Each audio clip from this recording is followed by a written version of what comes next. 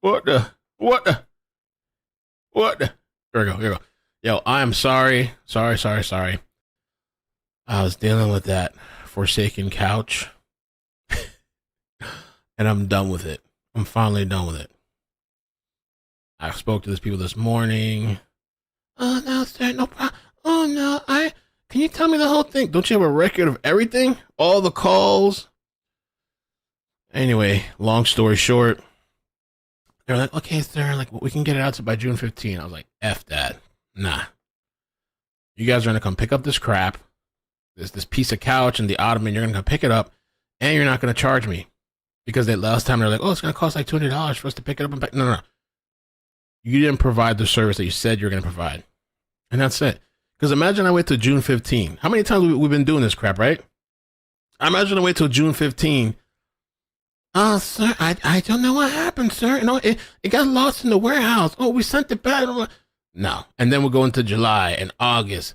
I'm like a really impatient person, which is sometimes not a good thing. But like, I don't believe in like just when like these companies that are like running you down and stuff and you're spending a lot of money.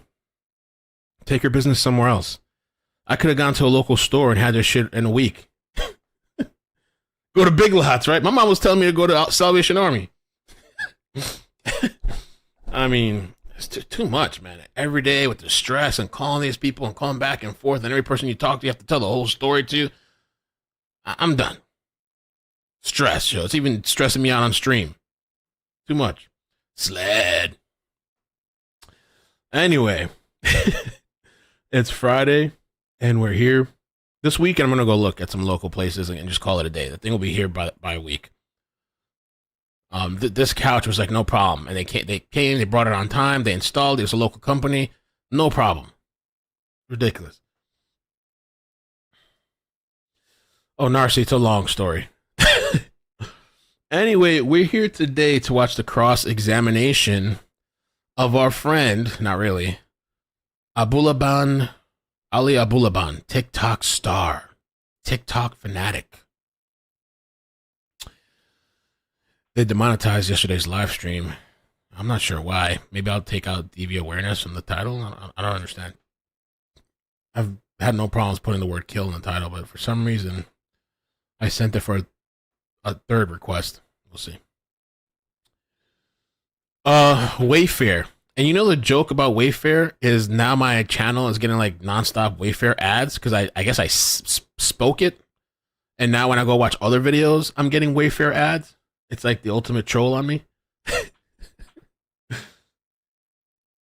Oh, thank you, Kitty. I sent you the link file to complain with BB. Oh, I want to call their corporate. When I spoke to the lady this morning, I'm like, so what's your corporate contact?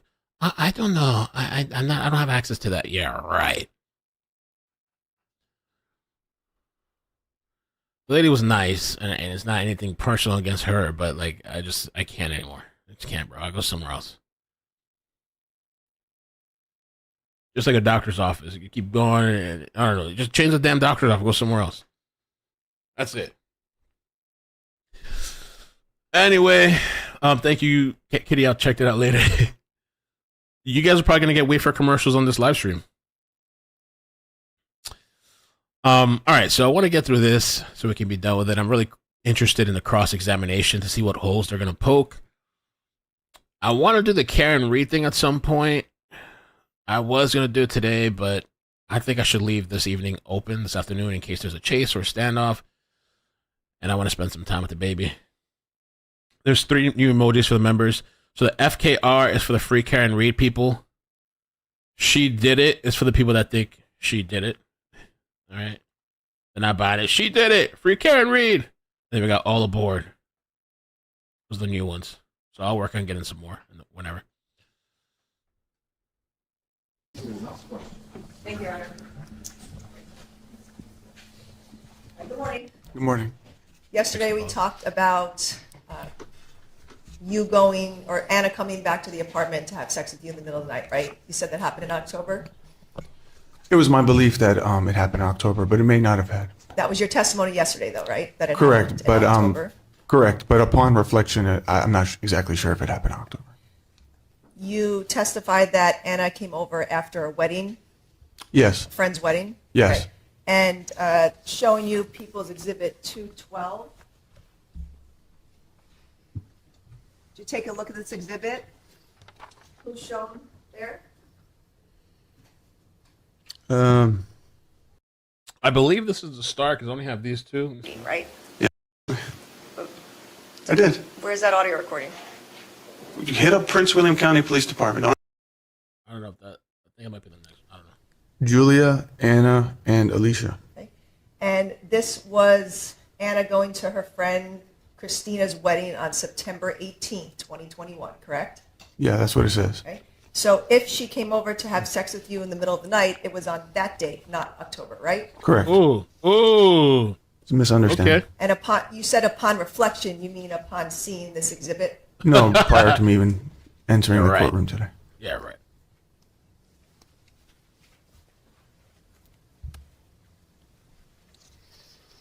Okay, looking at People's 79, page 16, this was a conversation that you had with another woman named Julia on October 14th, correct?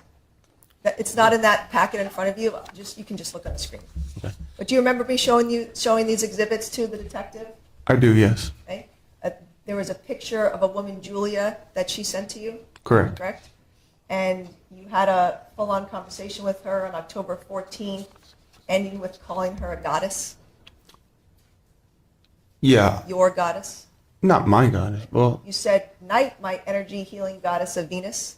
yeah, I was being a little, I was joking around, but the primary reason that I was contacting her was she was offering me, she said she was a spiritist, some kind of medium. She had told me, she had reached out to me on Instagram with a voice message.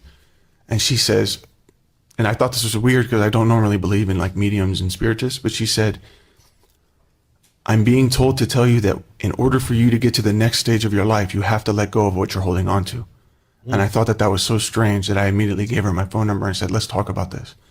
And so she told me that she does that for a living, where she does energy healing through like FaceTime or any kind of video communications. Right. You were FaceTime. flirting with this woman on Instagram, correct? I was, yes. Okay. And that's okay for you to do, but not Anna, right? Oh. Anna's free to do what she wants to do. Oh, she is. Yeah, right. Now that you killed her, she's free to do what she wants to do. So she was free to see Ray. Oh. No, she wasn't. You just said she was free to do what she wants because you were separated, right? You asked me if Anna was free to speak to other people. But she was not free to speak to other people in your mind, right? She has plenty of friends. She has plenty of people she can speak to. I'm not talking about friends. I'm talking about If you're talking about a flirting. sexual relationship, no. Sorry. If you're referring to a sexual relationship, no.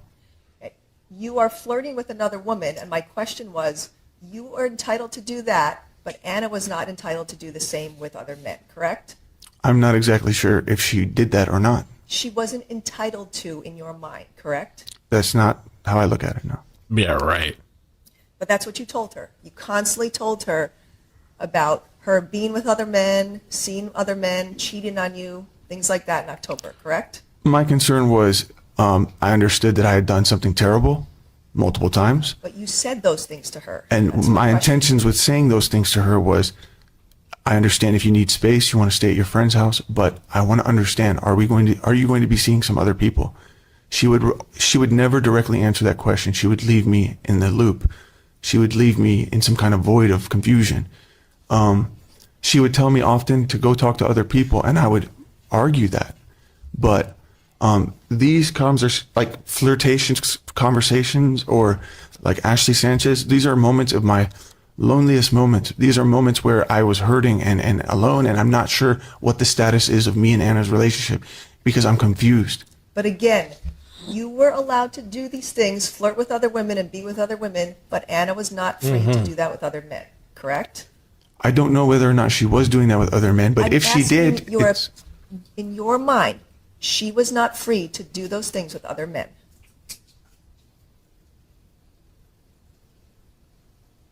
It's weird you can't answer that. I would have preferred if she didn't.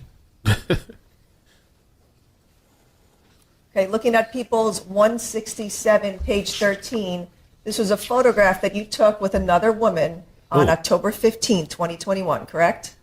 Correct. And then you rubbed this photograph in Anna's face, correct? I did. Yep, you sent it to her, and then you left her a nasty audio message about this woman, correct? Moving on with this woman. Right. That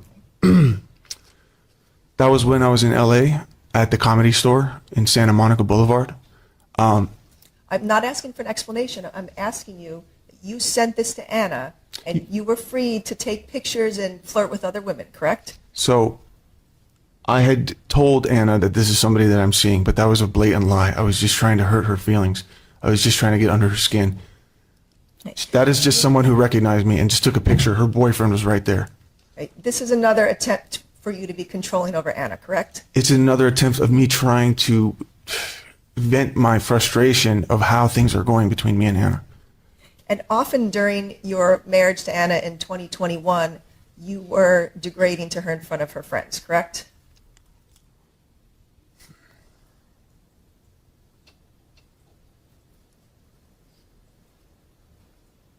No, I would not be degrading to Anna. What I would do is blatantly state if I have a problem with something her friends are doing right in front of them.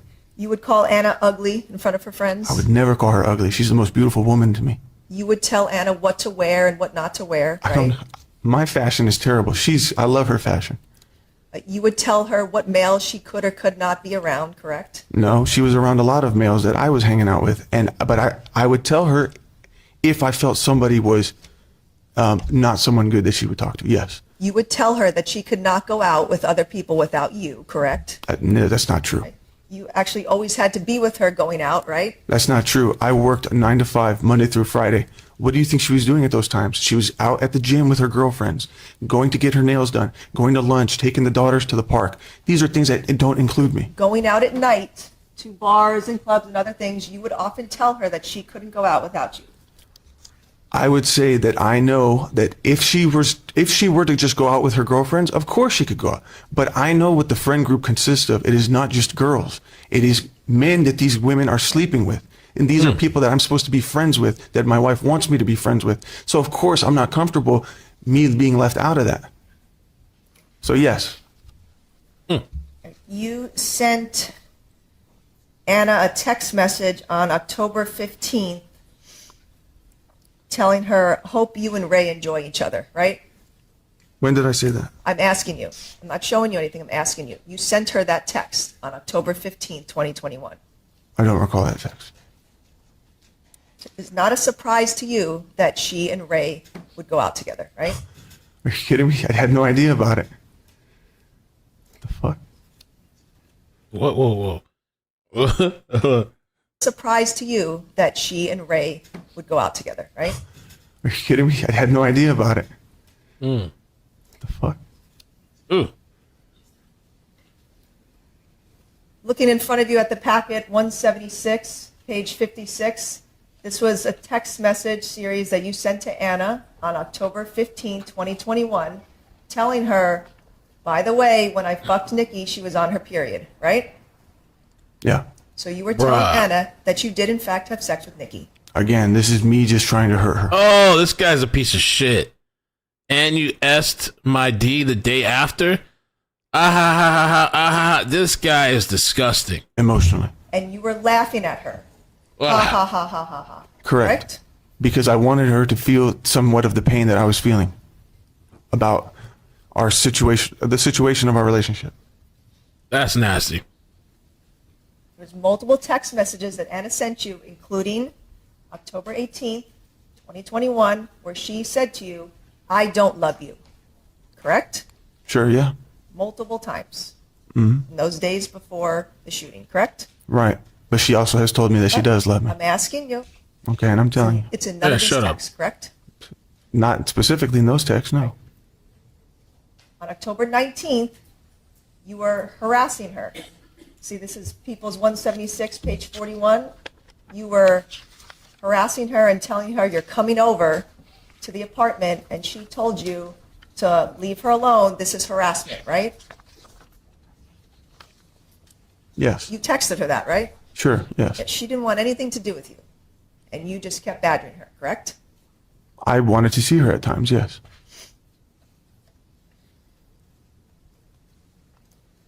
Okay, on October 20th of 2021, you left an Instagram voice message for a user named Mediterranean, correct?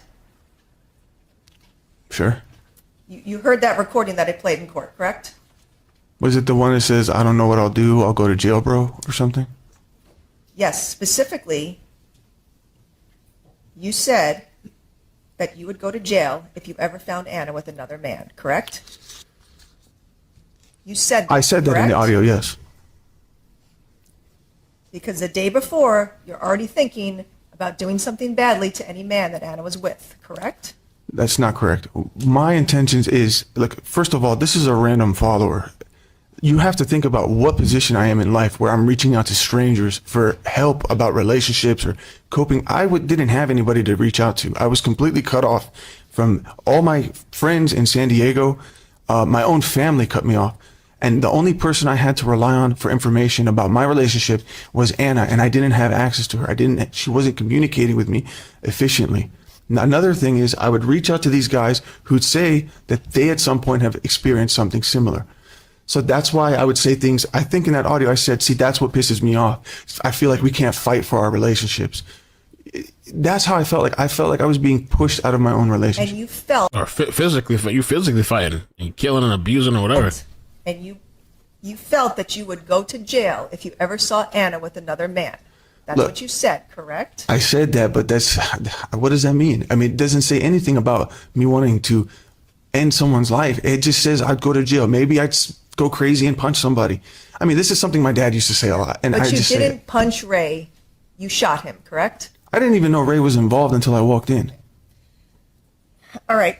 Multiple times, Anna told you she wanted a restraining order against you, correct? It was an empty threat. Okay. On multiple dates in September and October of 2021, Anna told you she wanted a restraining order against you. She also told me she actually got one. She told you she wanted one, correct? She told me she actually got one. She wanted a restraining order because you were abusive to her, correct? No, because I've had instances where I was physical with her. Same thing. And you convinced her time and time again not to get one, right? I may have only convinced her once or twice, but Oh, there was once or twice? But there was a point in time where she told me she specifically got the TRO, and I looked up how TROs work, and I was never served paperwork. My question to you is you wanting to convince her not to get one, not whether she got one, you convincing her not to get one. I don't know whether or not I convinced her, but I certainly told her that there would be consequences on our life, like as far as my job, my clearance. I was the only provider financially. And she had every right to get a restraining order against you, correct? Absolutely. And you did not want her to. Of course I wouldn't want her to. And you told her multiple times in text messages not to get a restraining order against you, correct? I probably advised or asked her not to get one. And you also told her multiple times, either over the phone or in person, not to get a restraining order against you, correct? I can't recall that. You told your friend Sammy to convince Anna not to get a restraining order against you, right? So I asked my friend Sammy to kind of intervene in between us, kind of be the middleman. Same. Again, it was very hard for me to communicate with Anna. So I was reaching out to anyone I could think of who could help me in this situation. You told your friend Sammy, and you asked for his help to convince Anna not to get a restraining order in October, correct? Correct. And you also asked your parents to talk to Anna about not getting a restraining order. No, I think they just mentioned that on their own. Then they both separately told Anna on their own not to get a restraining order against you, correct? I don't know what they've told me. I was not present for these conversations. Well, you know that they both said that, right? I don't know that. You heard your mom testify about that? I heard her, that was the first time I heard her say that, because I don't know these conversations. You told Anna that it would affect your security clearance if she got a restraining order against you. Which is true. Correct?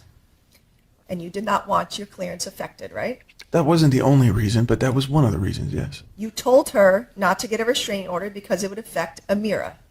It correct? would. And your ability to see her, correct? Correct. And you told her not to get a restraining order because it would be a long and exhausting legal road, correct? I don't know what the process is of getting a TRO is. But you said that to her, correct? Perhaps I did.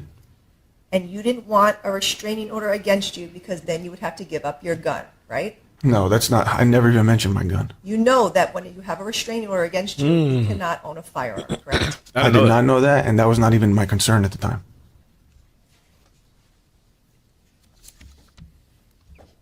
Right, yesterday you testified about your friend Chris Faison visiting you, right? Correct. At your apartment. He stayed with you at the apartment, Yes. right? He stayed for a couple days, I think like a week. right? And you said that when Chris visited you, you looked up those escorts for fun, right? We were considering it. Okay. And so you were considering getting an escort for yourself? At first, it was me helping him to get one, but Being then a I good friend. played with the idea. Okay. So that was okay for you to do, get an escort, but Anna couldn't do the same, right? Well, you're so convinced that we were separated, are you not? You cannot ask me a question, What's wrong about that? Anna wasn't with me, right? right? So, but it's perfectly okay for you to sleep with another woman, but Anna could not do the same with another man, right? I have not slept with another woman. I massaged another woman. Oh, Talking about the escorts. It was okay for you to We get never an escort. hired anyone. You have to wait till I finish my question. Okay. It was okay for you to go out and get an escort and have sex, but Anna could not do the same with another man, correct? Neither of those things happened. And you told us that Chris was concerned about messages from the cartel. No, it was a spam, or it was a scam text that he received. One of the numbers on that Escort website, I forget what it was called, triggered a scam. It also happened to me too. Okay, and so this happened while he was with you at your apartment? You got this scam text? They contacted him while he was with me, but they contacted me after he had left. Okay. They sent the same photos. And Chris Faison visited you in San Diego on October 1st of 2021, correct? I believe, yes. Okay. But you started searching for escorts on September 6th of 2021, right? Have I? Take a look at People's 176, page 57. These are the web searches from your cell phone. oh, damn. There's a page in front of you as well, page 57. You started searching for escorts on September 6, 2021, correct? Oh, Lord. Try to remember what I was doing at that. Those massage things, you know, it's not just no massage. You're at least getting like, whoa, it's Candace Owens. What? You know, you're not just getting a massage. You're getting, a handy or, a little whatever. That's just the least of it, or something else. time. It's I just got a massage. not about remembering, it's about looking at the exhibit. These are the web searches from your cell phone. You were searching for escorts on September 6th of 2021, I don't recall doing that. correct? It's there, but I don't recall doing that. And Chris Faison was not visiting you then, right? No. And then turning to People's 176, page 58. This is another Oh, list of searches for escorts on your cell phone, correct? Sure. And this is from September 14th of 2021, Okay. right? Month And before I this killed is her, I the think? middle of the night. got killed in So it's October. minus 7 hours. So about 3:30 in the morning, over and over again, you're searching for escorts, correct? Okay. Correct? Yeah, sure. Correct. I was alone. Say it. And People's 176, page 12. This is another list of you searching for escorts on October 2nd of 2021, correct? That would probably be the night when Chris was there. Okay. And then Oh, looking at People's 176, page 59, this is another list of you searching for escorts on October Latina. 11th, 2021, correct? Correct. So there were at least 4 different dates that you in your phone searched for escorts while you claim to be in love with and married to Anna, correct? That's not even relevant. My love for Anna doesn't change the fact that I was lonely. I was very lonely. Oh, She God. was not in the house. She was gone. She was confusing me about the status of our relationship. I have needs, but I looked them up, but I never hired one. There's no evidence that I hired one ever. And then you talked to your friend Gene about getting a prostitute, right?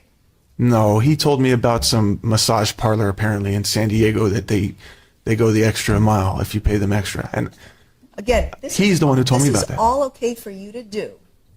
You have to understand, I was Anna. I was confused about he's getting pissed.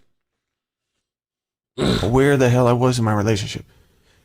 There's nothing wrong with searching this stuff up. I mean, I was lonely. I was freaking out. And you got to keep in mind, I'm thinking Anna's out with men. Big booty, with a big booty. The whole time, I'm thinking she's sleeping around and just not telling me about it. So I was just trying to cope. I'm just trying to I was confused. And all these months, was like the most confusing time of my life. I was on drugs 24/7. I wasn't thinking clearly. I'm confused. 1 minute I'm angry. 1 minute I'm crying. 1 minute I love you, Anna, and 1 minute I hate you, Anna. But it's not, none of that is consistent. I was not in the right frame of mind during this time period. So again, you're blaming Anna and your cocaine use on you searching for escorts, right? No, I'm blaming myself in the mindset that I was in and the situation of our relationship. The whole thing was confusing. There was never a point where the only thing I wanted to do with Anna was communicate as to what she wanted to do, or where do we stand? Do you want to be separated? Do you need space? I'll give you space. But does that mean you see other people? She would never answer those questions. She would leave me hanging for days on end, night after Objection, night. narrative.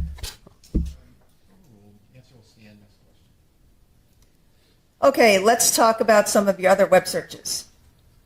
People's 176, page 13.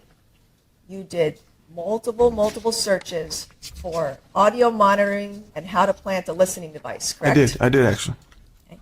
And you looked at many different websites with different audio monitors, correct? Yep, and I looked for websites that I could purchase devices, but I found nothing.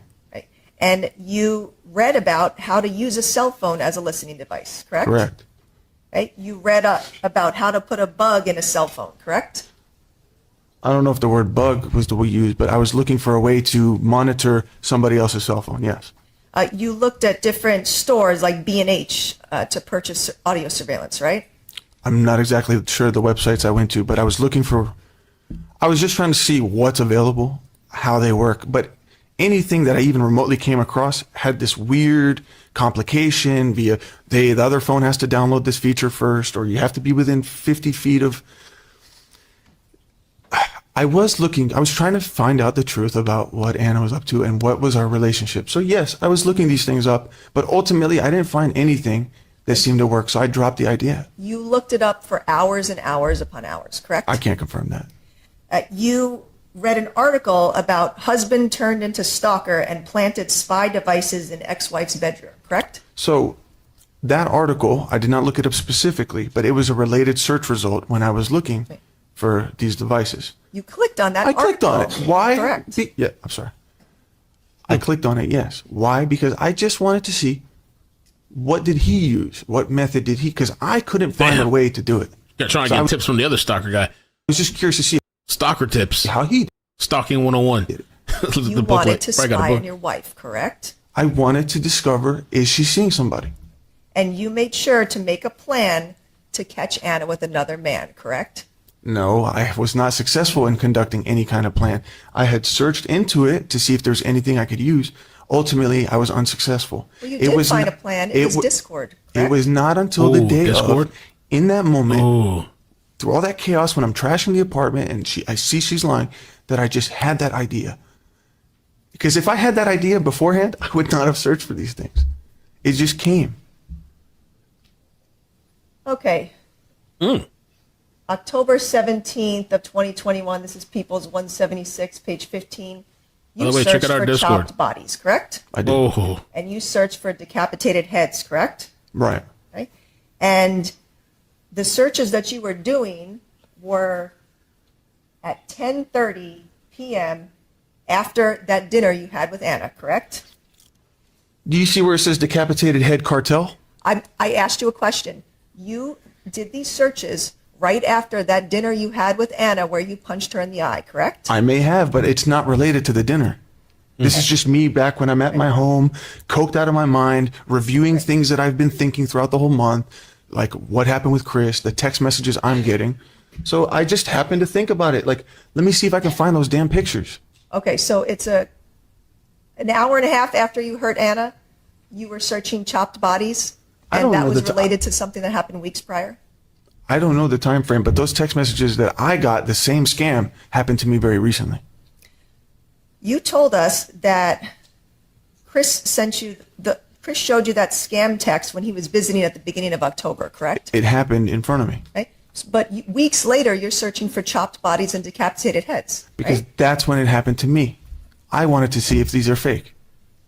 It was pretty scary how they listed the 10 most closest members of my family. So I had an idea it was a scam, but at the same time, I'm thinking, well, maybe I should not take this lightly. You were mad at Anna after that dinner because she told you over and over again that she did not want to be married to you, correct? You were mad at Anna. Answer the question, please. I was mad at Anna because she did not want to communicate with me, which was the intention of that dinner. I was hoping to communicate, and she had just, not she, I'll take responsibility. It did not go well. And I tried to talk to her in the car, and she kept telling me to get out, and she threatened to call the cops. That's why I got mad. It wasn't about her saying she doesn't want to be married to me. You realized that she was not coming back to you, right? I did not realize that. I just realized she's just being difficult. That's how I took it. That night, October 17th, you were violent and angry with her, correct? I became violent at the last second, yes. And then right after that dinner, you looked up chopped bodies, right? Again, it's not related. Can I ask, why? What do I get from searching chopped bodies, seeing pictures of chopped bodies? What is that going to do? Teach me how to chop a body? You're not allowed to ask me questions. I'm just trying to figure out your mindset, where you're going with this. It's weird, yes, that I would search that up. Objection, non-responsive. I guess it's saying that. All right, remember. Question. Answer questions. Thank you. Sorry. You looked at multiple different websites on chopped bodies and decapitated heads, correct? No, I never left Google search results. You looked at many, many Google images of chopped bodies, correct? That sounds more like it. I never left Google. You looked at many, many images of decapitated heads, correct? Yes, I was looking for specific images that I was getting spam texted.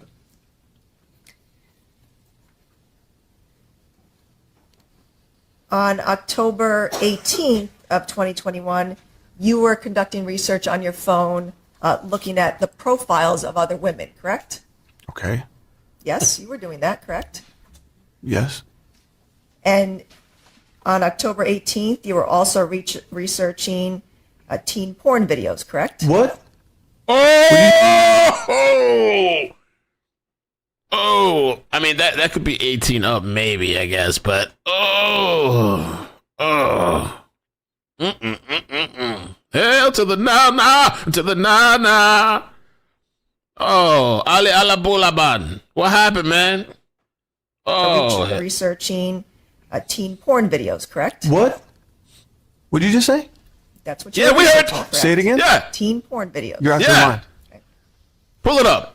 Pull up the On link. October 19th, you were researching Sean Torres, correct? Show me the teen shit you just said. You Yeah. want to paint me as some kind of fucking child molester? Show me what. Let's show me. go. What you just said, I've never seen that in a discovery. I've go. been incarcerated Fuck 3 it. years. You never showed that to my team. Where did you get that? It's in your phone. Show it. Yeah. You researched Sean Torres on October 19th. Show me what you just said. You were not going to breeze over that. Oh shit! This guy's hot.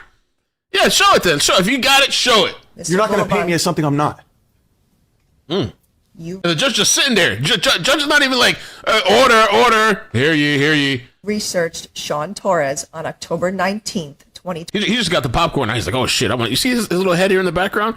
Like, oh, I just want to see what's happening. He's just interested. He's like, oh shit. You researched Sean Torres on October 19th, Look at Judge. 2021, correct? I don't recall doing that. On October 20th of 2021, you were looking up Scarface and Breaking Bad, correct? My favorite movie, my favorite TV show. Those are shows that involve a lot of shooting and killing, correct? Sure.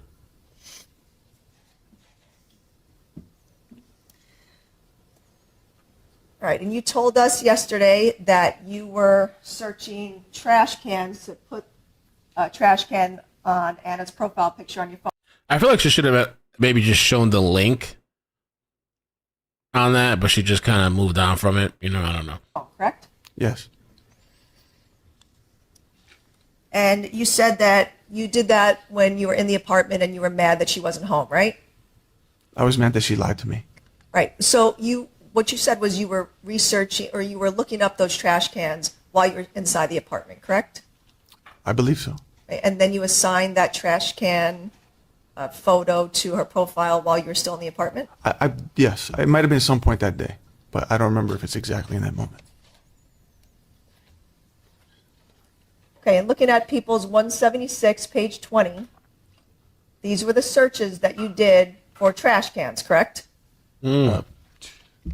I don't remember what the results were, but I'm sure that that's what would pop up if you search trash can. But this is one of the websites that came up that is on your phone as to the trash cans you searched, correct? This is Google, and those are results from Google. These are not, and these are images populated by Google. You keep saying I search websites. I never left Google. Right. But Google's a website, right? Yes. So, but you were searching on Google for different images of trash cans, correct? Yes. And none of these trash cans have any trash in them, right? They're all empty, right? Okay. Yes. Is that correct? I can't confirm that those were the exact results when I searched it. This looks like somebody else who may have searched it and took a screenshot. So someone else searched for trash cans on your cell phone? You're saying this screenshot was on my cell phone? This is a screenshot from your cell phone, from a website that you looked at. Google? Yes. Okay, well those are empty trash cans. Correct. And this is what you were searching on October 21st, Trash of cans. 2021, correct? Yes. Sorry. Oh, really? All right, looking at People's 176, page 60, these are some more searches that you did on your cell phone on October 21st, 2021 for trash cans, correct? I searched for trash cans, but I don't know. It says last visited. I don't know what it means by that. I don't know what it's in reference to. But if you're trying to imply that I searched for trash cans at 3:50 after the shooting, you're out of your mind. Okay. Oh. Because So- after the shooting, I was on the road the whole Right. time. But you understand that that's UTC time, so those times are 7 hours later than the actual time you searched, correct? See, that's very manipulative because I did not know that that's UTC, and I'm sure people in here didn't. Because that says I looked at it at what 3:50. So Mr. had I not said anything just now, you probably wouldn't have pointed that out. You probably would have made it seem like I did that shit. immediately after the shooting. I would not have done that. Mr. Abulaban, I'm asking you about these searches that are on your cell phone. I did look for trash cans, but it was not at 3:50 p.m. I'm not PST. saying it was. Why, but I'm sure these you are- would have if I had not said anything. These are searches from your cell phone, correct? You did all of these searches, looked at all of these different websites, correct? Again, these are not different websites. I was on Google. I did one search of trash cans, and these are various different images who have their own individual links. Correct. But I did not click on any of them. But you looked at different Google's image sites for trash cans, correct? Right. So like when you click on a picture on Google, it'll pop up bigger, and then you can just you can keep swiping. They each have their own individual URL link, but that doesn't mean I went on the actual website. So that's what that is. Okay. And you did these searches. The very first search for the trash can was starting at 8:50 a.m., correct? That sounds about right. So when your phone pulls up UTC, the actual time is 7 hours earlier for Pacific time. You know that, correct?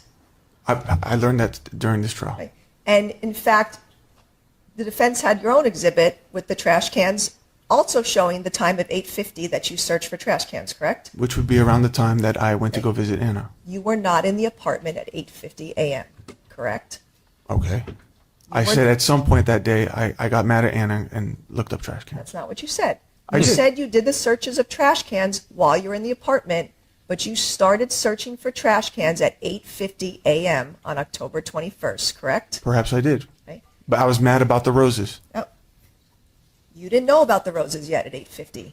The roses delivered around what, 8:09? Or what? You, Mr. Bulliman, do not look at your attorney for advice. Okay, but we Answer have- the questions. Ooh. We have a Ooh. receipt of the delivery, and I think that it was before 8:50 it You landed. did not know that the flowers were smushed by a makeup bag until you were inside the apartment That's right. well after 9 a.m., correct? That's correct. But I did know that Anna did not acknowledge my flowers, and I was very upset about that. Oh, God. You were looking up trash cans well before you even entered the apartment on October 21st, correct? Correct.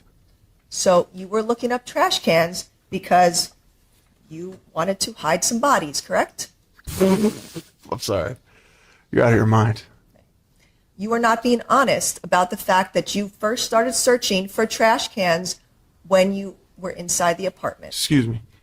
Did I not change her profile photo and her contact name to trash? You are not That is being why I. truthful about first starting to search for trash cans. It's not that I wasn't being truthful. It's just that there's certain details that I don't remember exactly. That was a very traumatic day for me. That the whole month was confusing to me. I made it clear that there are moments of that day that I don't exactly remember. so intrigued, I was trying right? to explain to the best of my memory. I'm not here to lie. I'm not here to twist anything. I have nothing to hide. And I have not hidden anything since the day of. Oh, since the day of. I mean, I have been completely honest at the right times, like as soon as I needed to the right people. You've admitted The only time I mul- wasn't honest was in that 911 phone call because I wasn't ready to say it was me yet. The I wanted only to go get my time you daughter. weren't honest during this whole case was on the 911 call? Who? What's wrong? Yeah, judge want to hear this shit. Yeah, answer. I have been telling the truth. You admitted multiple times during my questions of you that you have lied, correct? No, I didn't. Oh, well, I've lied to Anna. I've never lied on the stand. See how they twist things? That's crazy. All right. Okay. The morning of October 21st, you left an apology video. You sent an apology video to Anna, right? What time did I do that? On October 21st. Yes, in the morning, 5 in the morning. Yeah, we saw that video, correct? Yes, yes. And that was you, again, apologizing for treating her horribly, correct? Which is, I think, is a nice gesture. Which you had to do many times during your marriage. You were Yes. violent and rude to her, and then you had to apologize, correct? Yes. And you told Anna you loved her in that video, and she never said it back, correct? I even mentioned in the video, you don't have to respond to this. I just want you to know. She never said I love you back that day, correct? She didn't, but she said thank you for the video or it was sweet, something along those lines. She didn't say I love you to you, correct? Why would she need to? I told her she didn't need to in the video. In the video, you told her that you were glad about her friends, right? You were glad she had friends, I was happy that she has good supporting friends, yes. but you hated her friends, right? I just told you Yeah. yesterday, I actually really liked them. It's just there were certain aspects of their life that was bleeding into my marriage. You ultimately started hating all of her friends, correct? Hey, I don't hate anybody. I don't hate anybody, but sometimes I just, my priority is my family, my wife, my daughter. But what happens is when we jumped into this San Diego lifestyle, I felt like we forced ourselves into this friend group. They didn't give a shit about me. They don't care about me. Anna was flourishing, and that's great. But So you jealous? at the same time, I was losing Anna, and she was telling me to just focus on the guys, be like the guys. I was having a hard time fitting in. But ultimately, I never stopped her from hanging out with them. I had these people at my house all the time. I took care of them. I welcomed them with love. It wasn't until the Objection, promiscuousness, it wasn't until their life was bleeding into my marriage and it started changing Anna. I saw threats to my marriage. I thought threats to what we had built together. She was distracted by this lifestyle. You left Anna multiple audio messages talking about her friends and berating them, correct? Say it again? Berating them, correct? Yeah, I've said mean things about them, yes. Yes, about Julia, Claire, Diana, right? Sure. You told us that Anna thanked you for the groceries, but not the flowers, right? Correct. And you felt disrespected by that, right? I was hurt, not disrespected. I was just hurt because I was really banking that she would say something. I was trying to make an impression on her.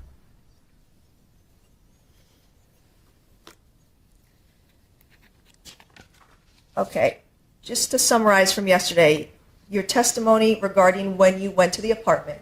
You said you went up to the apartment in the morning and you entered, and then you saw the flowers crushed by the makeup bag, right? Yes.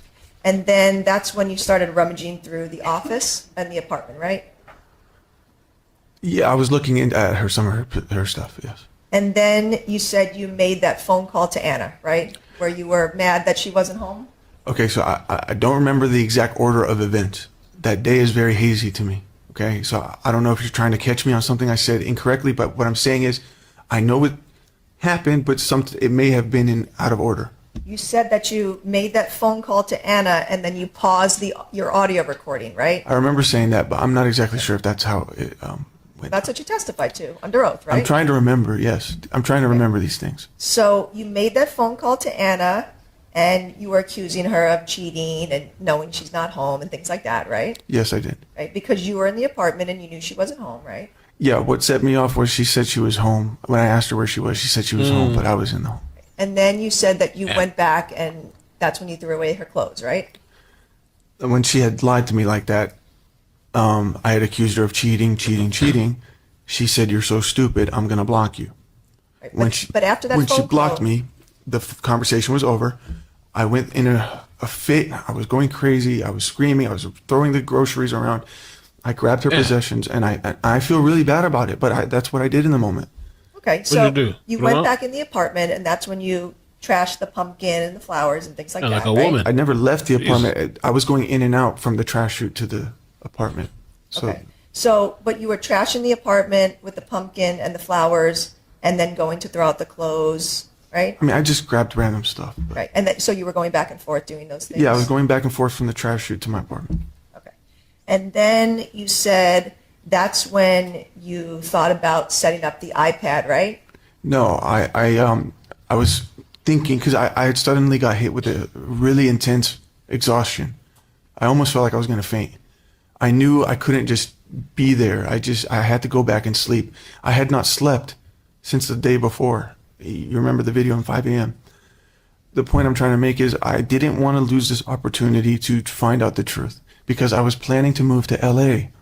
And I just didn't want to go there. See, let me just tell you how I felt because Right. I felt like Mr. when I go, Abulaban, I just want to explain objection, something. non-responsive. I'm just trying Oh, to say, just wanna there's- hear it. my actions, I'm not justifying my actions, but there's reasons why I was being like that.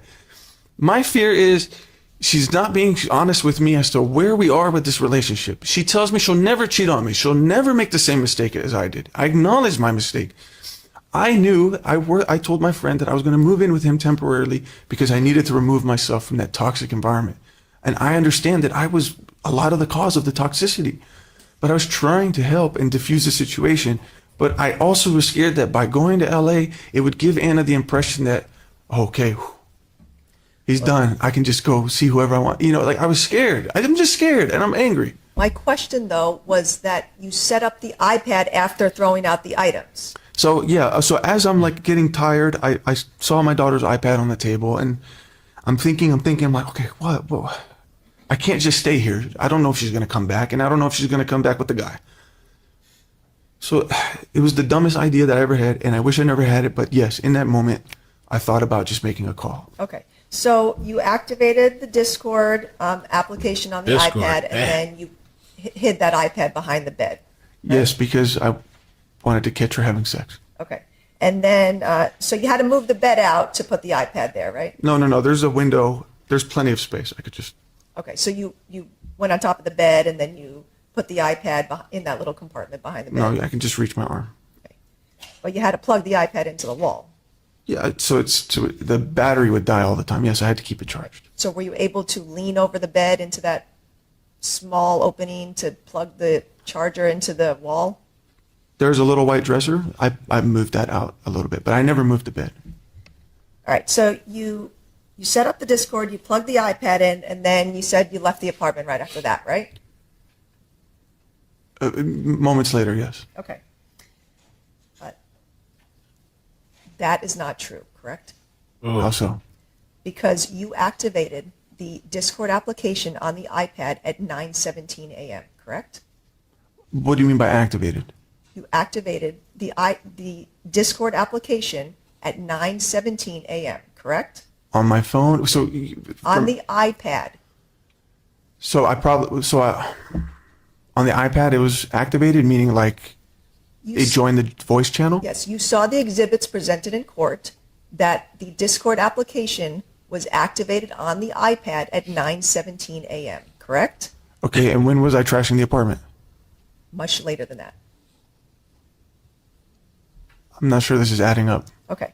But my question was, You saw the exhibits that you activated the iPad at 9:17 a.m., correct? Activated the iPad or activated the voice call on Discord? Activated the Discord. So meaning I logged into the Discord and put it in the voice chat channel? You activated the Discord application on the iPad at 9:17 a.m., correct? That was around the time I was in the apartment, right? Okay. You only arrived at the apartment around 9:14 a.m., correct? This is People's 45. When did I activate it again? Mr. Abulaban, you cannot ask me questions. I'm just trying to You follow. have to answer mine. You only went to the apartment per the surveillance video on October 21st, 2021, around 9:14 a.m., correct? If that's what it says, yeah. Okay. And so you had to walk to the apartment, and then you said you knocked on the door, right? Yeah. Because you thought Anna would be home? Yeah. But you know what? Anna takes Amira to school in the morning, right? At that time? Right, but I also got the notification she got the groceries. You know that Anna takes Amira to school in this time frame. That's correct. But I knew she would have been back by now. You knew Anna would not be home No, I in the didn't. apartment. No, I didn't. Yeah. So at 9:14, She thanked me for the groceries. How would she have known about the groceries if she wasn't home? How did the groceries get on the counter? She was home. At Oh. 9:14 a.m., you started your walk to the apartment, correct? Whenever I exited the elevator. Right? But that was 9:14 a.m., correct? I guess so. And then you walked to the apartment, and then you said you waited outside because you knocked to see if Anna would answer the door, correct? I was texting her and then to see if she would open the door, and then I opened it. Okay. So you were outside for what, a minute or two waiting for her? Probably less than, yeah, maybe. Okay. And then you entered the apartment, and then the first thing you did was to go and activate the Discord application on the iPad, correct? I don't know that. Well, if you only went into the apartment at 9:15, about 9:15, 9:16 a.m., then when you entered the apartment, one of the first things you did was activate the Discord application, correct? My memory was I was observing the apartment, and then I reached out to Anna to see where she was. Time-wise, the first thing you did in that apartment was activate the Discord application. Perhaps I did, but in my memory, I called Anna first. So your plan when you entered, just like you did your research, was to go set up that application to spy on your wife, correct? No, because I thought she was going to be home. I only went to the apartment to go talk to her. And you hid the iPad behind the bed so that Anna would not know that you were listening to her in the apartment, correct? At the time when I decided to, yeah, that's where I put it because I was trying to catch her cheating. You had looked up ways to spy on her, and then you carried out your goal that morning on October 21st, correct? I was not even thinking about those search results when I entered that apartment. I only went there to go visit my wife. So even if I got the time wrong about when I activated it, I still got the idea at that moment. It's not about getting the time wrong. It's about you telling us that you did not activate that Discord application until you left the apartment. And that was How would I have done that out of the apartment? I said I was in the apartment when I did. So people that are wondering, because I see Sarah said you can spy on Discord. What this guy did was kind of meticulous. I would have never thought of that myself. So, we have a Discord server. What he did was he took his daughter's tablet. I don't know if he made a private server or he just made an account and did a private DM. Because in the DMs, you can call people. So he either made a private server and joined a voice chat. And he had two accounts. He had one account on the tablet that he made up and probably one of his own accounts. And so he sets up the device in the room. He joins the voice chat or he makes a DM call, whether on his phone or the computer. He probably did it on his phone. He probably mutes himself. And so the entire time the device on a voice call is there recording. Like, so he could have his phone out and he's just like listening to the thing while the tablet's just constantly, the microphone's on. So that's what he did. Did that. Yes, but you said that was the last thing you did. So that would have been around 9:45 a.m. when It's basically, if you don't understand Discord, it's basically, the simplest way I could say it is he put his daughter's tablet there and he called his daughter's tablet on his phone and just left it recording the entire time. He left the device there, initiated a call. It's like as if I left my phone on speakerphone, hid it behind there's somewhere in the room or under the bed, and then with the other phone, I walk away and I leave the house, and there's just an ongoing call on speakerphone, and maybe I mute myself, and you can hear what's going on the whole time. Yeah, like a two-way call. Yeah. When you left the floor and went onto the elevator, correct? Okay, well, that sounds like a reasonable amount of time to have a phone call and to trash an apartment and then activate it. I don't understand where you're going with this. What you did was you first went into the apartment, you activated the Discord application, you trashed the apartment, and then you left and had that phone call with Anna in the hallway at 9:45 a.m., correct? That's not correct. Well, you told us that you paused your audio recording to have that phone call with Anna, right? That was I don't know. I don't remember that. I mean, I remember saying that, but I don't remember if that's exactly how it happened. That's how you testified, right? Yeah, I know I said that yesterday, yes. So the recording that your attorney played yesterday, that it was about a 12-minute recording of you inside the apartment and trashing it, that recording you started at 9:19 a.m., correct? I don't remember when I started Okay. it. Would it refresh your memory to see this page? All right, take a look at this page. This is from Detective Escalante's report. Where am I? Towards the bottom, there's a paragraph, Here? correct? It says audio file. It says October 21st, 2021, 9:19 a.m., correct? This one here? This paragraph right here. Okay. So, Just review it to yourself and let me know when your memory's been refreshed.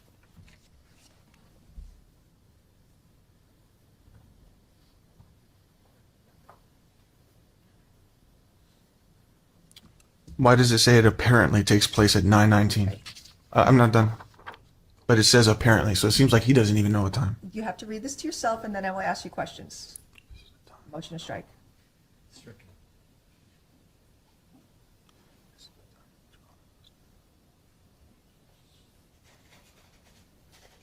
So it says that I Sir, recorded the audio. I need- Sir, look, Oh. remember question answer, so wait for the. just- I thought just you asked read me a the question. paragraph, and then just let me know when your memory's been refreshed.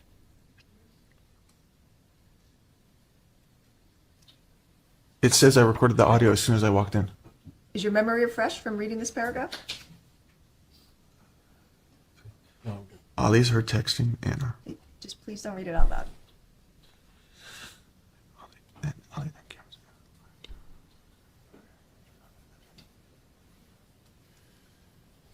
Okay, I read it. Okay, your memory's been refreshed about the timing? Yeah, it says at 0919 that I went in and I started the audio recording where it says Anna has an STD, I'm and then I just- called her and started Objection, accusing her of cheating. non-responsive. Bro, slow down.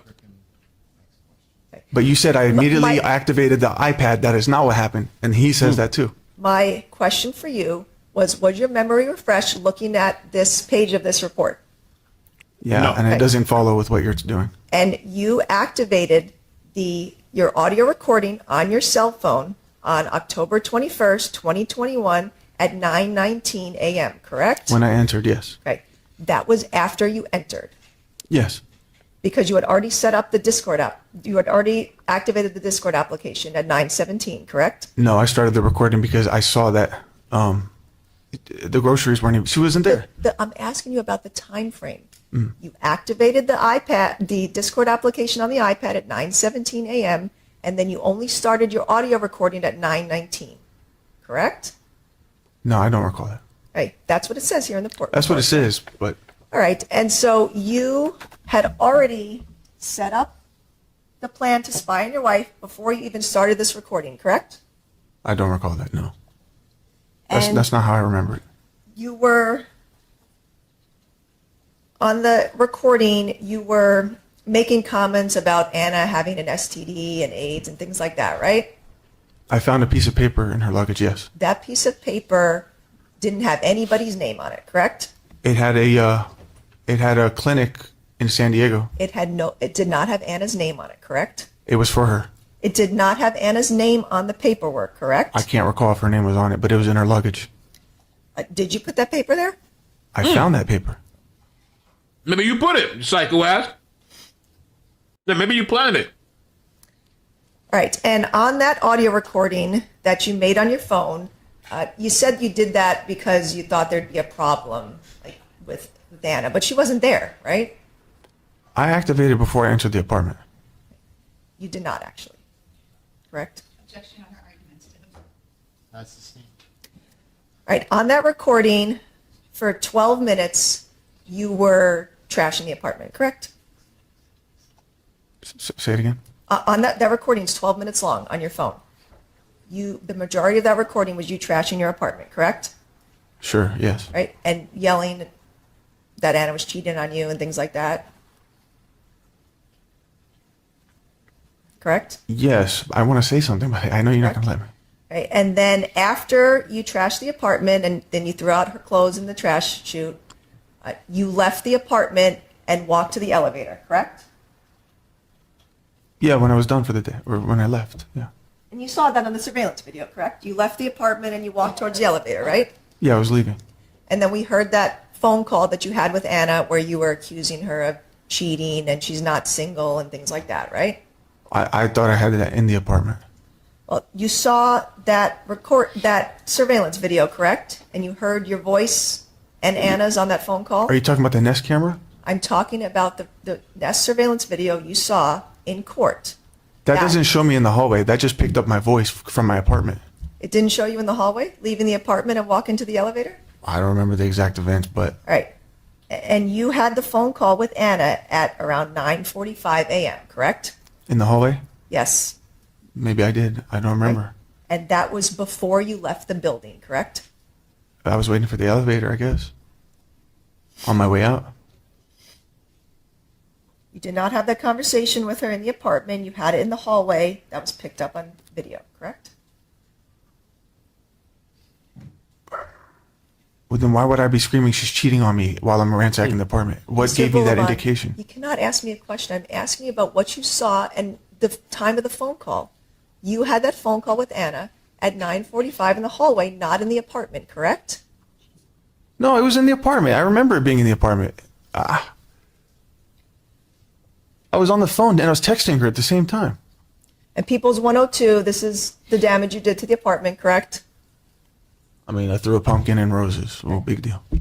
All right. And on October 21st at 10:30 a.m., Anna texted you, "I want you out of my life once and for all," correct? Wait, October 21st? Correct. What time?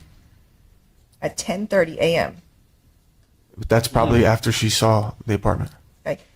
I'm not asking about what she saw. She sent you the text message at 10:30 on October 21st.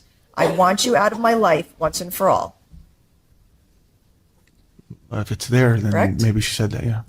And that made you mad, right? Deja Vu says, Cutie Pie, sad part is so many people were defending him too. That's what I heard. Somebody, I think yesterday, was saying there's people kind of like defending him or saying it was, bro, nothing justifies murdering somebody. But I really do believe there's people out there, people that their minds aren't fully there, that feel there's certain things like this that are justified to kill and murder somebody. I put them in the same boat as those people that like, oh, somebody cut me off, well, I'm gonna go kill them or some shit, or shoot bullets into their car and then they kill a kid, type of shit. Not the same, but kind of that mentality. I think some people have just been done really wrong. A lot of people go through that and then they sympathize, you know. Right? I don't even remember her saying that to me. But you saw it in the text messages that I've showed in court, right? I'm seeing it right here, but I don't even remember she said that to me. Right. And that's People's 176, page 45, right? You see that she texted you that. I don't have that here. All right. So you said that you went back to your hotel after you left Spire that morning, right? Yes. Okay. And you said you woke up and you heard the voices, Anna and another man, right? Correct. And you were listening to the conversation that Anna was having with Ray, right? I was actively getting dressed while I was hearing it. Right. So you were listening to the things that Anna was saying, right? I heard a few things, but I wasn't actively like sitting listening. I was That was when you got upset, realizing she was with another man in the apartment, right? No, that was when I realized that she is with a guy right now, and I wanted to go see who it was. You knew it wasn't a police officer, right? I didn't know that. My friend told me maybe I shouldn't go because it could be a police officer. You knew it wasn't based on the nature of the conversation, right? Yeah, I guess I determined that, yeah. You knew that she was with another man and giggling and having fun, right? Yeah. So when you're listening to this on your Discord application on your phone, you had already caught her with another man, right? No. But that's what you were listening to, right? It could have been a friend. Could have been just hanging out. You know it wasn't because of You're the right. nature of their conversation, right? All I heard them say was, "Did Ollie make this mess?" And then she said, "Yeah, and he bought me these cheap-ass roses." That's all I heard. That's what triggered him. You did not need to drive to the apartment because you had already caught her on the application with another man, right? No. That only confirmed what my suspicions were, and I needed to go validate it visually. I wanted to at least let her know I know that I'm onto her. But you could have just recorded her doing one of your audio recordings. You could have audio recorded the conversation she was having with the other man, and that would have been your proof, right? No, because I'm actively in a call on Discord. You can't record anything that's coming out of the same phone. I was not able to keep track of any of that or make a record of any of that. And you could have done any number of things to record or then tell people, oh, look, Anna's with another man, right? No, I couldn't because my phone was being used in a voice chat with Discord. So I cannot record that. I cannot make another phone call. I don't have another device. I just have my phone. You said that you would do audio recordings and send text messages and things like that. You could do that all at the same time. A text message is fine. You can text while there's an active voice audio, but you can't be on a phone call and audio record. You decided to drive straight to the Spire apartment from the hotel once you heard Anna with another man, correct? Yeah. And you were planning to surprise them and not let them know you were there, correct? I wanted to find out what was going on, yes. You sent a text to your friend Sammy around 2:36 p.m. There's another man at my apartment, dude, right? Correct? Correct. And you said do not contact her, correct? Yes. Right. So you already knew that she was with another man, correct? I heard her with another man. You continued to drive to the Spire apartment despite already knowing Anna was with another man, correct? I did. You left your hotel and loaded your gun, correct? That's not true. Your gun was loaded, correct? No, there was a magazine in it because I was actively carrying the last few days. There was already a magazine with bullets in it, but there was no round in the chamber at any point. But your gun was loaded, correct? It was not ready to be fired. You could have gone to the Spire apartment without your gun, correct? I could have. You purposely went there with your gun loaded, correct? I already had it on my pants, but I thought about whether I should bring it, but I thought it would be safer if I brought it. You actually did not have the gun on your pants because you had been sleeping, correct? My pants were on the floor with my gun attached to the belt. Like I said, as soon as I heard this audio, I wasn't sitting there listening. I was like a fireman, just ready, just jumping into my pants. The gun was already on my, I was out the door. You made the decision to put your pants on that had a loaded gun and drive to the Spire apartment, correct? That was the pants that was readily available. That was what I was wearing. And you made sure you had extra magazines and over 100 rounds of ammunition, correct? Damn. That's what I had in my safe ever since Virginia. First of all, that wasn't even near me. That was in the back of my Jeep in a safe. You had all that ammunition and 3 magazines when you drove to the Spire apartment, correct? It was in my safe, but I didn't bring it with me to the apartment. Well, you brought your gun with a loaded magazine, correct? That's how you conceal carry. It was already there. It was already on there. Do you have a concealed carry permit in California? No, I don't, but I was actually in the process of Oh, so signing. you Oh. were actually illegally carrying the gun, correct? In that moment, in those few days, yes. You were driving in your car and listening to Anna and the other man talking the whole time, correct? No, I actually started to freak out because I stopped hearing the voices, and then all of a sudden I heard R&B music, and then I started to panic and scream. And You wanted God, I revenge can't imagine for this Anna guy. being with another. I can imagine because he's really like crazed. So he's driving this thing. It just gets quiet. So he thinks maybe they're doing something. And then you just start hearing like this slow music. And he's just like, ah! Ah! Ah! Ah! I could just picture him driving, ah! Like just top of his lungs, just screaming and shit. Another man, correct? no, I wanted to know the truth. I was sick of the lies. I was sick of the back and forth. I wanted to just figure out, like as I said in that voice video, just let me know so I can move on. I wanted to catch her because she kept playing this innocent, she'll never do what I do. She turned my whole family against me. They're calling me a cheater. I wanted to show, like, look, she's doing it too. She's doing the same things that she's accusing me. I just wanted closure so I can move on. Did you, at any point during that drive, tell yourself, oh, I shouldn't be driving to the apartment right now?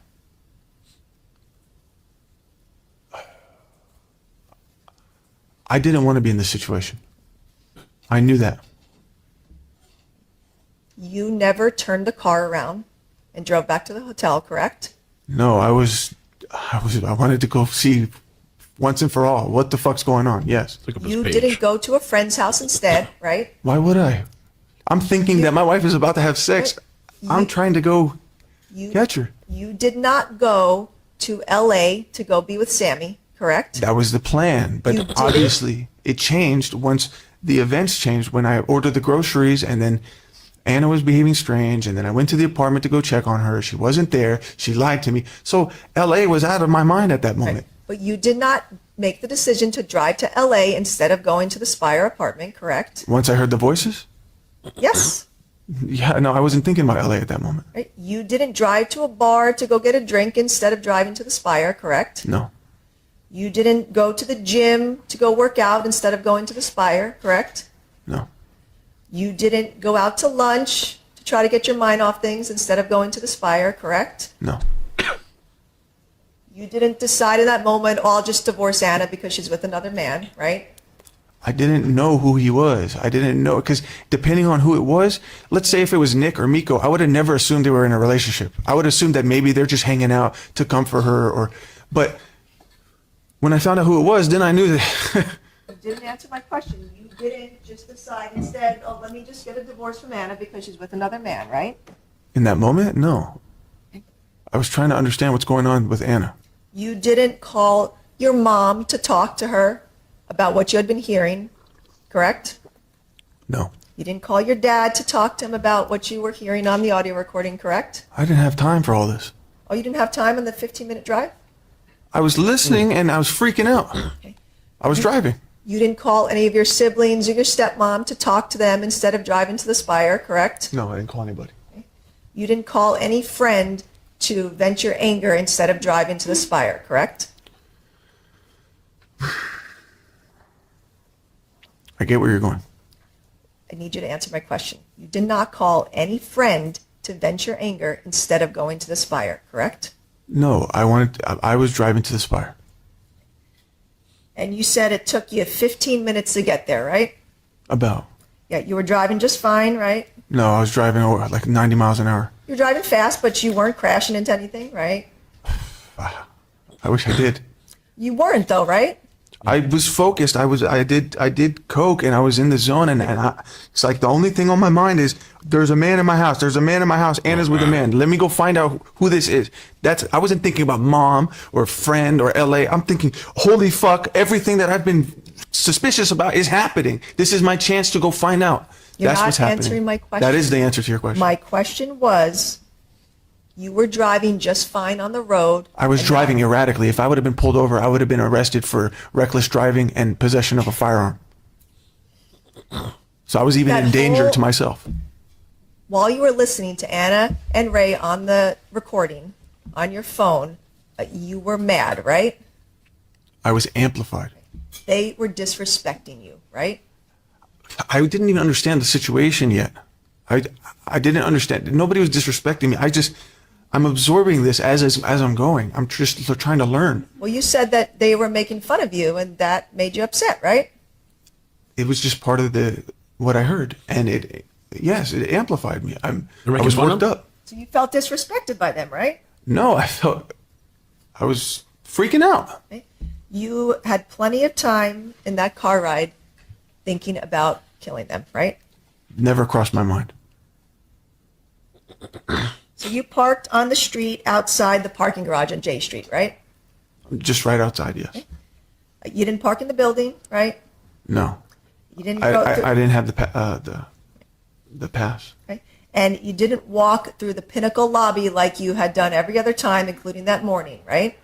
Actually, the normal way for me to go to my apartment is to go down to the garage, park my car, take the elevator up. I never go through lobbies in the first place. But that morning you went through the Pinnacle lobby No, at 9 in the morning, correct? To enter the Spire, you walked through the Pinnacle lobby, correct? it's easier to reach from J Street, yes. That's where my GPS takes me. You did not do the same before you went to go shoot Anna and Ray, correct? I parked in the garage. I don't know why I parked there. That's just where the GPS took me. You ran through the parking garage so no one would see you, correct? The parking garages constantly have vehicles. There was vehicles passing left and right. You didn't want to walk through the lobby as you were about to go shoot Anna and Ray, correct? My weapon wasn't seen by anybody. No, it doesn't matter where I would have walked. Nobody would have known I had a gun on me. At no point do you see a weapon in my hand. You parked on the street so you could get away more quickly after you shot and killed them, correct? No, I parked there because it was just the closest place to the entrance, the garage. You put your holster on your jeans on the left side, correct? It was already there. That's where I wear it. I'm left-handed. And when you ran into the parking garage, your gun was already in your holster attached to your jeans, correct? Yes. And in People's 52, this is you adjusting your belt around your holster and your gun, correct? Yeah, I was tightening it. Your gun was already loaded, correct? Wow. There you It go. was. I don't know what you mean by loaded. There was a magazine with bullets, but it was not ready to be That fired. boy was ready to kill. You were in the parking garage for 5 minutes before you got in the elevator, right? I had forgotten the key, so I ran all the way to the elevators. I tried to get into the black gate. I realized I didn't have the key on me, and I ran back. But that whole process took 5 minutes. From 2:50 to 2:55, you were running in the parking lot, correct? I was frantically running from my car to try to get to the elevator. I realized I didn't have the key, so now I'm freaking out about that because the events are still going on. Nothing's changed. So I ran back to my car to go grab the key, ran back to go take the elevator up. Still freaking out about what's going on because the more time that passes, the more I'm thinking, okay, it's going to get closer and closer to actually happening. In the parking garage, you didn't then change your mind and leave, correct? Because nothing had changed. I'm still trying to go catch them. You didn't say to yourself, oh, what am I doing? And leave the garage, correct? I knew what I was doing. I wanted to go catch my wife. Okay. You got on the elevator and you took it to the 35th floor, right? Yes. And before you did that, 2 minutes before you got in the elevator, you activated your audio recording, right? Ooh. Maybe I did. Because you activated your audio recording at 2:53 p.m. and it went 5 minutes through the shooting, correct? Yeah, I think so. Again, When- to record what could have taken place. I mean, because That was your doing, going into the apartment, correct? yes, I wanted to have an audio recording, a accurate and true representation of what took place, or what would have taken place. You rode the elevator up, which took you about 3 minutes, right? It took a while, yeah. From 2:55 to 2:58 p.m., correct? And while you were taking that 3-minute ride up the elevator, you didn't decide, let me just get off the elevator and go back to the hotel, right? No, I would. Why would I think that? Because I had not completed what was I there for? Right. Exactly. You were there to kill your wife and Ray, correct? No, I was not. I was there to catch my wife cheating. In People's 68, was this the direction you ran to go take the elevator? Yeah, right behind. You see where that pillar with the white and blue? If you follow that down to the left, there's a black gate, and it lets you go into Right. the. So that's the route you took in the parking garage with your gun to go get the elevator, correct? Correct. And then in People 60, this is you getting off the elevator before the door even opened, correct? Correct. And then you ran down the hallway, you made a right, and then you made another right to get to the apartment, correct? That's how you get to my apartment. Yes. And when after you turned the corner and ran to apartment 3508, you took out your gun, right? No. No. I only had my key card in my right hand. All right, so let me go over what you testified to yesterday. You told us that you used your key card to open the door, correct? Correct. All right, and then once you open and that door's pretty heavy, right? It is a little bit, yeah. Okay, so you had to, you use some finesse to open the door, right? You have to push. Yeah. So you push the door open, and that's when you looked over and you noticed that Anna was not in the bedroom; she was on the couch, correct? So when I went into the house, I was startled by the fact that yes, they were on the couch. Okay, and so you said that you first saw Anna, but you couldn't see the man, right? Yeah, because he was leaned back. Okay, because Anna was leaning forward and blocking your view of the man, correct? She had turned like this to look at me. Okay. Go ahead and make record of that. He turned to his left side. Thank you. Okay, so you said Anna turned to her left, and then she noticed you, correct? Yes. All right, so once Anna turned to the left and noticed you, that's when Ray leaned his head forward, right? He removed his arm and then leaned forward to see who was at the door. Okay, so Ray leaned forward, and then that's when you first noticed that it was Ray, right? Immediately, yes. All right. So you noticed it was Ray, and then you said that's when Ray did this nod. Like you mentioned it yesterday. He nodded up in the air. Yeah, he kind of just he had his eyebrow arched and he went like, "What's up?" Okay. And Oh, shit. that made you mad, right? Him being there, him being anywhere involved in this is what I never imagined that in a million years. I just his whole involvement, just seeing his face, just did something to me. Okay. That was like the straw that broke the camel's back mentally. I mean, I don't know what happened. Something just snapped, and I. So then you said that once you noticed Ray and then he did that head nod, then you said that you felt betrayed, right? I felt, of course, it's like a betrayal. Yes. Okay. And then you testified that at that moment when you were looking at Anna and Ray, you felt betrayed, and you said you didn't expect that Anna would do that to you, correct? I was sharing some of the feelings how I felt about the situation. I may not have felt that in the exact moment because of how fast it happened. But what I testified yesterday, I got really emotional. So I may have interjected some after feelings about this. Okay. But in the moment, you were processing your feelings and realizing that Anna had betrayed you, right? No. So let me put it this way. I opened the door. Anna, Ray. No, that's not what I'm asking. That's exactly how fast it happened.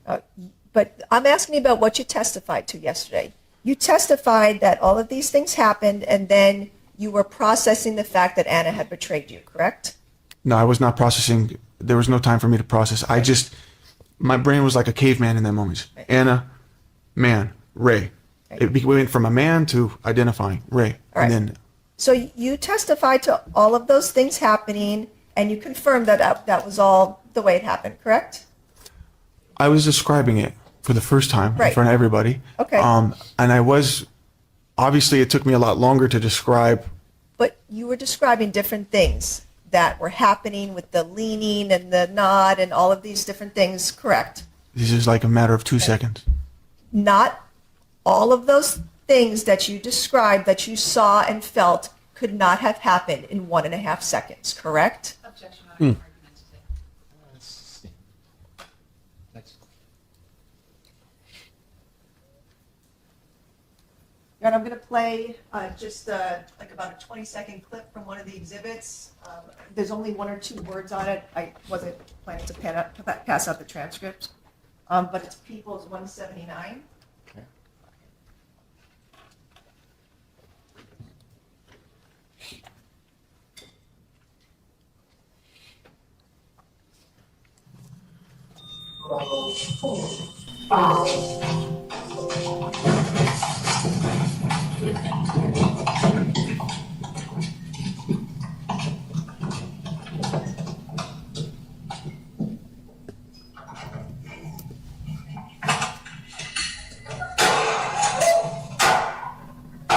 Shit.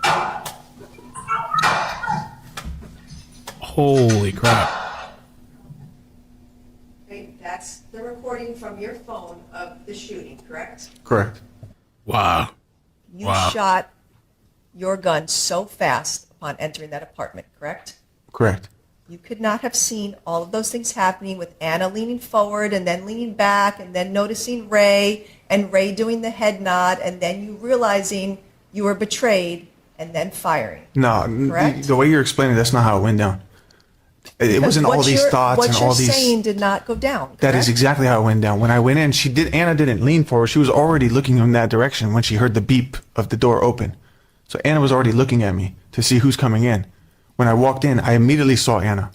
And then Ray popped up immediately, did the head nod, and that's when I pulled the gun out. That When- can certainly happen in that time frame. When you enter the apartment, about a second and a half later, you racked your gun, right? That's what it says, yeah. That's that sound at the beginning, you racking your gun, correct? Correct. And then you hear a clink on that recording, and that is the bullet falling out of your gun because you racked it, correct? There was already a bullet in the chamber when you fired your gun, correct? I had to rack it in order for when I first walked in, the first rack was what put the first bullet in the chamber. There was no clink.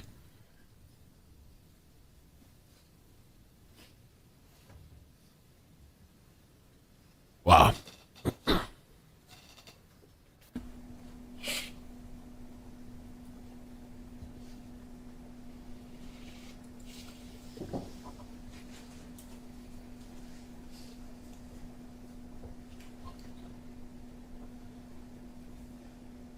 Just one moment.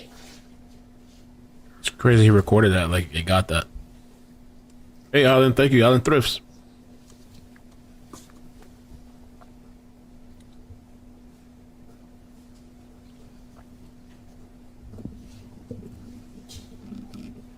Okay, looking at People's 89, page 9.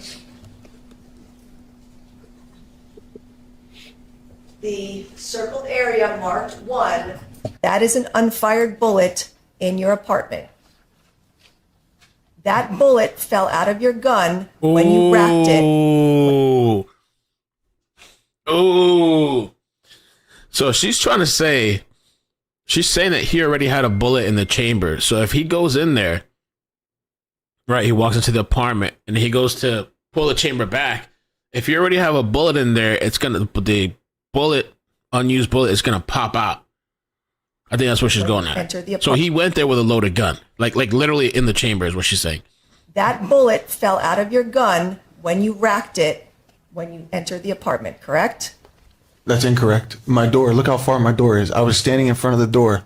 You said none of this could have happened in the time frame. So how could I have walked from my door to that door to cock it and rack it? I was standing at the door. I racked it. No clink, no bullet. There's no bullet by the door. That's It's because my firearm was empty.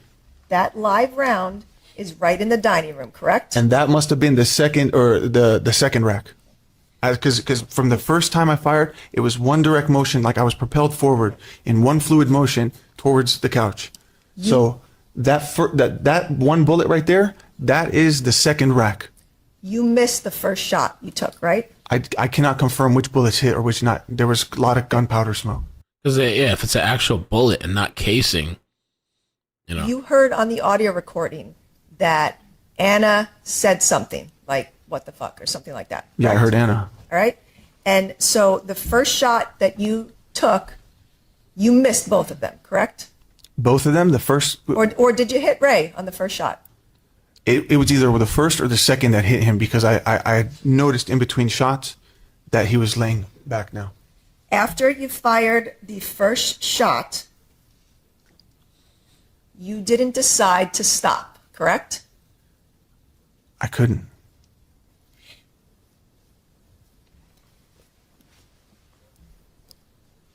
You racked the gun again after you fired the first shot, correct? I heard it. I don't remember doing that. But you did that, correct? That's what happened. You did not need to rack your gun because there was already a bullet in the chamber, correct? That's correct. You racked it to intimidate your victims, correct? Mm. Mm. I mean, I'm planning to answer. I'm trying to. He might have been so out of his mind too that maybe he just racked it anyway, even though there was a bullet inside the chamber. If I'm trying to kill them, why am I trying to intimidate them? That doesn't make no damn sense. What do you want to go? What do you want to say is happening here? That I'm processing these thoughts and feelings. How did she betray me? Or did I just fucking happen? It just happened. There is no intimidation. There is no. I didn't even know that they were seeing each other. I didn't know that that was going to happen. It just. I saw it. My gun's in my hand. I racked it because there was no bullet in the chamber. And then I racked it again after the first shot. That doesn't make sense why I would do that. The gun was not jammed at any point. Even the way that I'm handling the firearm doesn't make sense. Are you holding it to the side or straight up? I held it one-handed. I don't know. Am I allowed to point? I'm asking you, did you hold your gun straight up or were you holding it to the side when you were shooting Ann and Ray? No, I'm not a gang member. I don't shoot that way. I had it like this. Oh, let me correct, straight up. Straight up. Yes. Sorry. I Straight apologize. up. You racked the gun a second time, and at that point, you didn't stop shooting, correct? I couldn't. You could have stopped, but you didn't. I couldn't. It happened so fast. You then put your finger on the trigger again and fired a second shot. My finger never left the trigger. You fired the second shot after you racked it the second time, right? Instantaneously. When you racked your gun the second time, that bullet fell on the carpet in front of the couch, correct? I don't know. But that doesn't look like the carpet. You said, so number one is not near the carpet at all. And that's not on the carpet. What happened? Next question. Thank you. And just for the record, People's 176 is now 60 pages. All right, you worked it out with Charlie? Yes. Okay. All right. We were talking about the second time you racked your gun and then a live round fell out of the chamber, correct? I don't remember these events, but if I racked the gun, that's what would have happened. Right. And so looking at People's 89, page 14, there's a live round labeled 6 that's on the carpet in front of the couch. That was the bullet that fell out of your gun after the second time you racked it.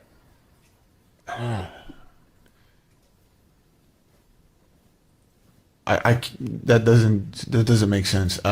Starting at the door, how could the second rack be all the way in the living room? That doesn't make sense unless you think I jumped from the door to. Well, you got to the couch pretty quickly, correct? I walked, but there was multiple shots fired from the front door to the point where I even reached the carpet. When you started firing, Ray was covering his head to protect himself, correct? Come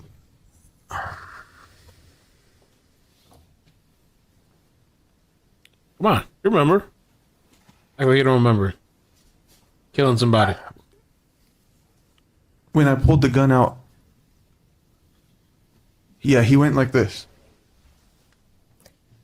Right? And the record reflect that the witness turned all the way towards his right. No, my left. I'm sorry, your left. So that's the And put his head down. and put your head down. Is that what you did? I believe he was kind of just hiding behind Anna's head, but it all happened in that moment. Okay. So Ray turned towards Anna to protect both himself and her from your gun, correct? I'm not sure. It just happened. I think, if I remember correctly, that's how it happened. And you shot That's Ray in crazy, the back man. of his head, correct? I was not aiming. I don't remember. Racking means when you cock back the gun to put So the bullets from the magazine, so the bullet at the top of the magazine goes into the chamber. So you're racking it. You know how people go, that's like racking it. Remember exactly how it happened. You weren't aiming? You only shot them in the head and neck, correct? I'm sure. I think he got shot 3 times, but Yeah. And it was all in the head and neck, correct? Yeah. what I meant by aiming is the proper aiming. Like you would have to hold the firearm with 2 hands, and then line up the rear sights with the front sights, and then kind of close one of your eyes. I didn't do any of that. My question was, you only shot Ray in the head and the neck, correct? That's where the bullets went. I mean, I was just pointing in the direction. So you only need to rack one time the bullets in the chamber, and then you just can shoot until the magazine runs out. But if you don't shoot and you just keep racking, then you're going to get full bullets coming out. But when you shoot, then the shell casing is going to start coming out of the gun. The bullet will go, but the shell casing will fly out. You are a trained military police officer, correct? I was, yes. Correct? Okay. You knew how to aim to kill, correct? Incorrect. You didn't know that shooting someone in the head could kill them? So that's not what you just asked me. You said that I was trained to kill. I was not trained to kill. You were trained on where to fire to kill, correct? It's incorrect. Law enforcement training, we aim for center mass, which is the body, which is the biggest point of a person's body. And it doesn't always result in a fatality. You know that shooting someone in the head will kill them, correct? Not necessarily. Oh my There's God, people come on, who dude. have survived shots in the head. Okay. But like I said, there was no thought of, I'm going to shoot him in the head. There was nothing like that. I did not plan to shoot anybody in the head. I don't know where the bullets were going. I don't know which bullet went this way. I don't know when I racked it. This is something that happened in a blur. You did not shoot anywhere else in the apartment other than at Anna and Ray, correct? In their direction. Yep. You didn't shoot at the window to scare them, correct? No, You didn't shoot into the kitchen or the bedroom, correct? no, You shot only towards their heads, correct? no. I just in their general direction. I was too far away to. Okay, so I have had training with firearms, but the pistol is actually the worst thing that I'm at. My accuracy is terrible with the firearm. My question was, you only shot Anna and Ray in their head and in that direction, correct? That is false. There's a shot. There's one of them that entered his trap, his neck area. I did not aim for these things. This is just where the bullets ended up, and there's a few bullets that hit the wall. So And that- unless you're assuming I intended to hit the wall too. Those bullets, those holes in the wall were behind Anna and Ray's heads, correct? I don't know exactly where the placement was, but they were either near. There's no way it could have been behind, or it would have gone through. But again, this is just me speculating. I don't have an exact memory of or knowledge of which bullets went here. The first bullet hit there. I don't have that. It's just.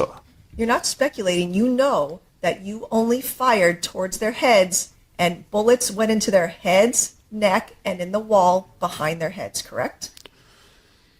When I was near the door, when I first, I believe I first fired the first shot, I was not aiming. I was just pointing in their general direction. And what I mean by aiming is I was not holding the firearm properly. I did not line up the sights. I did not close one of my eyes, which is standard with weapons training or weapons usage. I just fired in their direction. I do not know. I did not intend to hit Ray in the head, but it just so happened that either the first or the second bullet must have hit him in the head because I noticed that he was out. Yeah, you did intend to hit him in the head, and that's where you fired, correct? No, I never meant to That's- hit anybody. Oh, please. What? Ray, you shot Ray in the back of the head, and then he was unconscious, correct? That one of the first two, either the first or the second shot, I'm guessing must have went through the back of his head because at that point he fell back like this. He was turned all the way to the left, and then No, he no. fell back, straight back? No. His legs were still facing forward. They were still in their little. They were still very close to each other, I believe. Anna's leg was underneath. I don't know. This is what I'm saying after the fact. But he did this. See, my legs are still pointed forward. Nothing about my lower half is changing. He's just doing this. Again, So let the record reflect that the witness turned towards his left and ducked his head a little bit, indicating what Ray did. Right, and it would make sense now that I see the arrows pointing of which, because if he would have done this, it would have gone here and it would have come out at the cheek, which is exactly what is. That's exactly what you did to Ray. You shot him in the back of the head, and the bullet went out his cheek, correct? That's what happened, but I did not mean to do that. So you said that when you shot Ray in the back of the head, he then immediately flopped back into that position on the couch? Either he must have rested. Again, I'm speculating because I don't remember these exact. I wasn't watching this whole thing. It just happened. So he must have recentered his spine, or he must have fallen on Anna, and maybe she kind of pushed him back off, in fear. Let the record reflect again, the witness turned to the left and ducked his head, indicating what Ray did. And then I indicated what Anna may have done, pushing him off of her, and that would have centered him. So Ray fell back on the couch immediately after the shot to the back of the head, and then you shot him in the cheek or the neck? I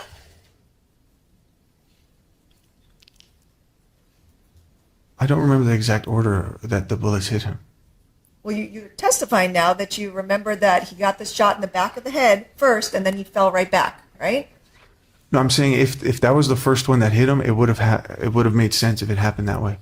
I do remember him going this way, and then after maybe a shot or two, I remember through the fog of the smoke, I got a glimpse of he was fully back. Then if he's fully, Make a record of that. I'm sorry, Turned to his Please left, stop leaning to the side because we got to keep making records. And then he indicated he put his head back. okay.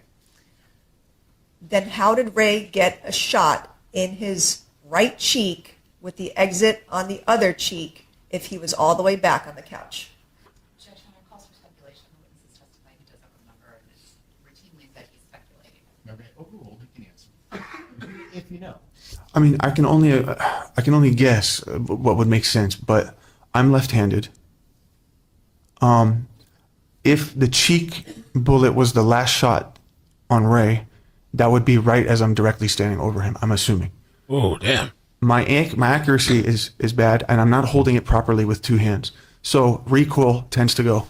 Oh, you shoot on one hand. So if I was just directly over him, it may have entered at that angle, like adrift. For that to happen in that direction, I'm you speculating. would have had to have the gun right next to his cheek. Damn. Your arm would have had to be all the way to the back of the couch for you to fire on his right cheek and then have an exit wound on the left cheek. That's what you're saying you did?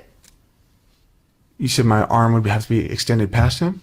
Your arm would have to be all the way towards his cheek when he is laying towards the back of the couch with his head on the couch. Not necessarily. I could have, I don't know, I could have bent my arm back, to make You were that close to Ray's cheek to give him that wound.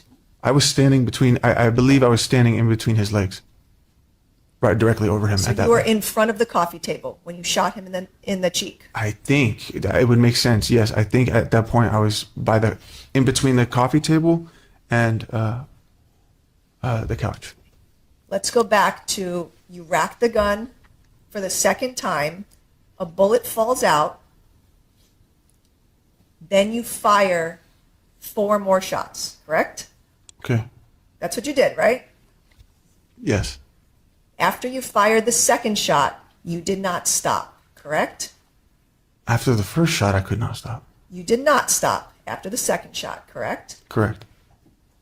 You did not turn to leave the apartment instead of continuing to fire, correct?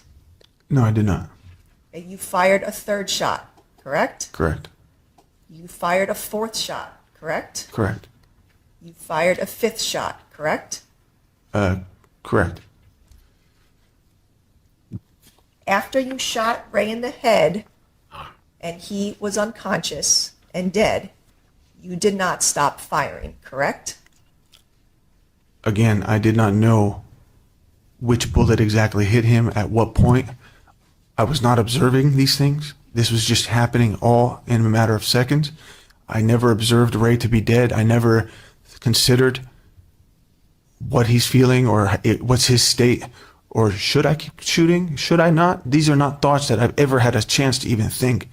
This was not I don't want to use legal terms, but this is not premeditated. You never thought about Ray? That's what you just said, right? I never thought about whether Ray is alive or dead or where I had hit him in the seconds that this occurred. You wanted him dead, and that's what you did, right? Objection, Your Honor, arguments too. Obvious want him dead for sure. No, I just lost control. You said you did not care about him when you were shooting at his head, correct? Objection, Your Honor, misstates the testimony. That's the same.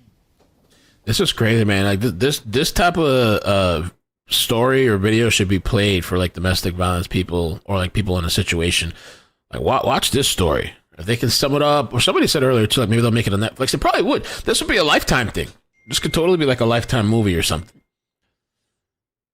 I mean, and the girl had problems too. Like the Anna, she had issues and like all this stuff. But again, like to the level of like murder, it's got the double murder, dude. Holy crap! And then testifies. When you were firing the second, third, fourth, and fifth shot, you were getting closer to both Anna and Ray, correct? Yes, it was like I was walking towards them as I was firing, if I can remember correctly. So you shot Ray in the neck first and then the cheek, correct? Incorrect. That's not correct? I'm pretty sure we just discussed that. It's more likely he got shot in the head first. No, I'm saying this, the neck shots, after the head shot. You shot him in the neck, and then the last shot you fired on him was in his cheek, correct? In the moment, I don't remember which bullet hit where or what, but upon reviewing the evidence and I'm just saying what possibly makes sense. It would make sense that the neck one would be the second time he was impacted. Because you were so close to his cheek when you fired the last shot that you got soot on his cheek, correct? So we're talking about possibly the last shot, right? Correct. Okay, so you're not talking about the neck anymore. I'm talking about the cheek. You were so close to him when you shot him in the cheek that he had black soot on his cheek. Oh, correct? the soot. That's what it appears to be. So he literally walked up to him. I mean, that whole soot conversation, I really kind of remember first hearing it during the Murdoch stuff. But it's literally, I forgot how it is. I guess if you're really close or you literally press it against their face, close, or you get close enough, it leaves this different impression versus like shooting somebody from a distance. You didn't shoot Ray anywhere else on his body, correct? I was not choosing where the bullets went. You did not shoot him in the legs or the arms or the stomach, correct? I did not choose to shoot them anywhere in specific. You killed Ray first so that Anna would watch that happening, correct? God. Ooh. And that's the thing. That's what I was wondering. Was Anna alive while he was like blasting off and walked up to the guy, shot and killed him? Watch that happening. Correct? Where in specific? You killed Ray first so that Anna would watch that happening, correct? Wow. God. Oh, God, what? I did not make a conscious decision to kill anybody. Yeah, that guy's a But piece of shit, Ray dude. was obviously the odd man out, or obviously the what triggered me, this terrible reaction of mine. So it would make sense that he was shot at first, or no, it would make sense that he was shot at primarily. You hated Ray and you shot and killed him, correct? I did not hate Ray. I didn't feel comfortable with him around my wife. That's it. I was insecure around him, but I never wanted to hurt him. I even made attempts to talk to him on Instagram. Objection, non-responsive. You now were in front of the coffee table, correct? At some point. Okay. And you knew that Ray wasn't speaking, correct? He was laying back on the couch, dead, right? I did not know he was dead, but in a matter of these seconds, I think the whole shooting is what, 6 seconds? Right. He wasn't speaking though, correct? Well, Nobody was speaking. I mean, Anna was just screaming. And you stood right in front of Anna, correct? In front of the coffee table. See, now you're asking me about things I don't remember. But that's what you did. You stood in front of her with your gun, correct? She was right there, yes, so I would assume so. And then you racked your gun for a third time right in front of Anna, correct? That's what it sounds like. Right? That's what you heard on your own recording, correct? Right, that's what it sounds like. You racked a gun for the third time, and then a bullet fell out and landed on the carpet, correct? I don't know where the bullet landed. So you see in People's 89, page 15, there was another live bullet in front of the couch. When you racked your gun for the second and third time, both of those bullets came out of your gun, correct? I don't know the order of these bullets. You know that when you rack your gun and it's loaded, a bullet Bullets comes are out of gonna the come out. top, correct? That's correct. So that's what happened here, correct? I'm not sure what positions. And I'm wondering, why is he doing this? I don't know how much bullets he had in the magazine, but like, and that's what she's probably talking about, that he's cocking, there's the gun's already loaded, there's a magazine, there's a bullet in the chamber, but you're not shooting, but you're racking it. So when you're racking it, that comes a fully unused bullet to just pop. You're just wasting bullets, just popping out. Why are you doing that? So are you like mocking her or trying to scare the shit out of her before you kill her type of thing? I'm thinking, I don't know. They landed. I didn't observe this stuff. But you racked your gun 3 times, and all 3 times a live bullet came out of the top, correct? That's not correct. The first rack would not have expelled an unspent bullet. But you see that there are 3 live bullets on the ground from your racking, correct? That makes sense, and but I'm not exactly sure how that happened. That's something I'm very confused about.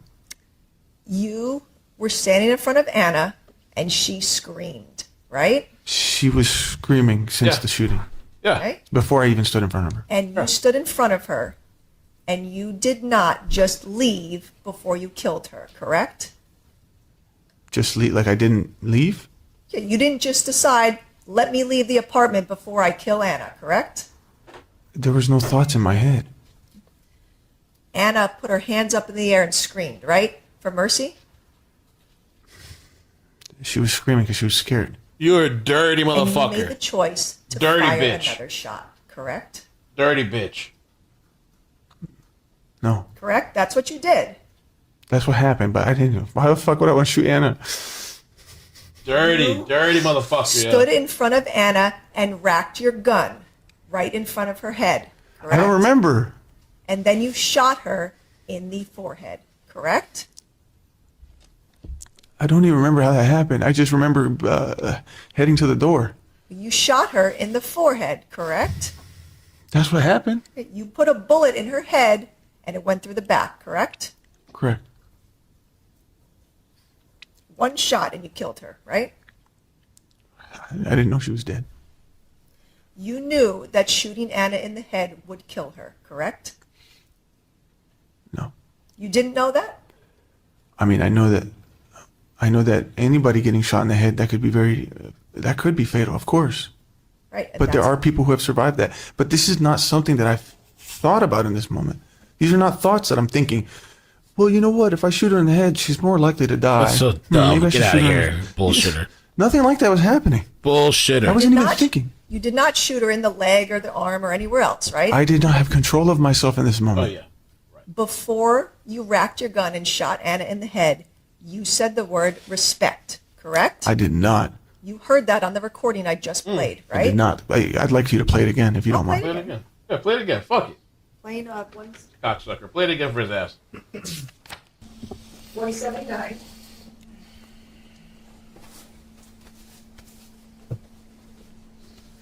He just wants to hear it again because he enjoys the shit. Fuck.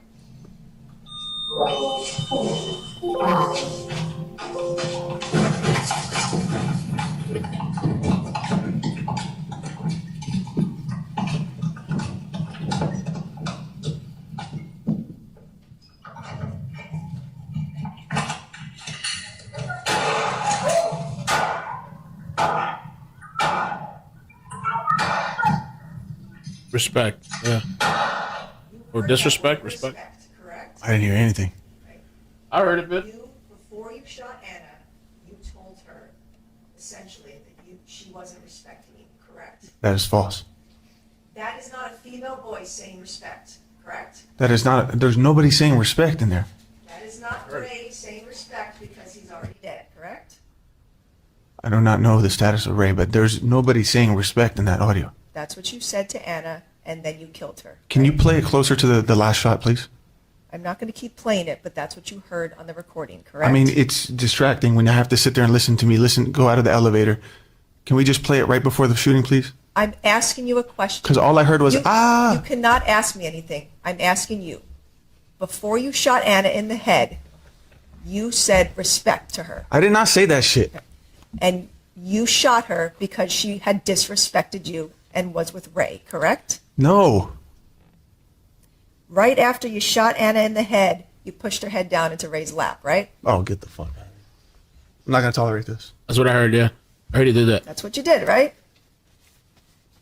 They scrubbed my hands. They scraped my nails for any DNA. You No pushed blood, her. no skin, no hair. Come on. Objection, non-responsive. Sustained. Move to strike. You pushed her head down into Ray's lap, so that's how they would be found, correct? No. That's what I heard, yep. Where he positioned the body.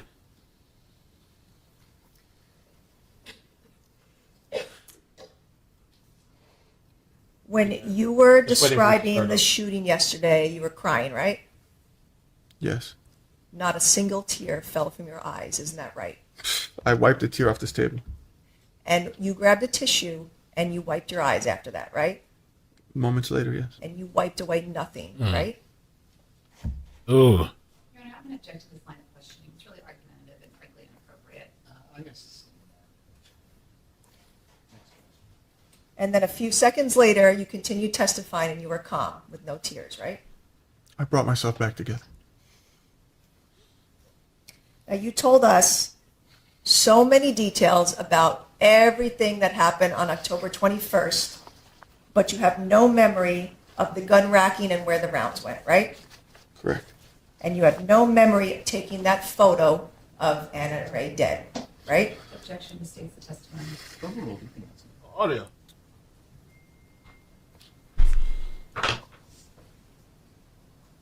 I don't remember when I did it or why I did it or frankly when or for what purpose I did. I don't. Oh, audio. Yes, I said that. I don't remember. I don't know, guys. I'll have to come back later. I'm gonna watch this later with you guys. For some After reason, the audio's you not had shot and killed Ray and Anna, you emptied your magazine into Anna's feet, correct? No. Looking at People's 146, you see there's 2 live bullets between Anna's feet, correct? There are, but are those the 2 that's part of the 3 on the floor? You cannot ask me a question. I'm asking you the questions. You see that there's 2 live bullets between Anna's feet in this photograph, correct? I do. Wow. And Anna's feet, her knees were tucked under Ray's leg, right? I don't remember the positioning. Right. And her feet were together, right? I don't know the positioning of them. After you shot and killed her, you took out your magazine and you put some live bullets between her legs, right? No, I did not do that. Would this be 4 and Yeah. 5? You cannot ask Yeah, me he's a sick questions, fuck. Mr. Boulevard. Yeah. You need to answer mine. Well, then, in order You for me to answer empty- your question, can you give me some assistance here? You emptied. Were there 5 total unspent bullets now, are you saying? You emptied your magazine and 2 bullets into her legs, didn't you? No, I didn't, because my magazine, if you recall, when you had that specialist here and they showed the picture of the magazine, there was one that was full with 15 bullets. There was one that had 3 remaining left. That would have been the magazine that I had used in this moment. Because if you add it up, you said 3 unspent rounds on the ground, right? 6 fired. We're talking about 9.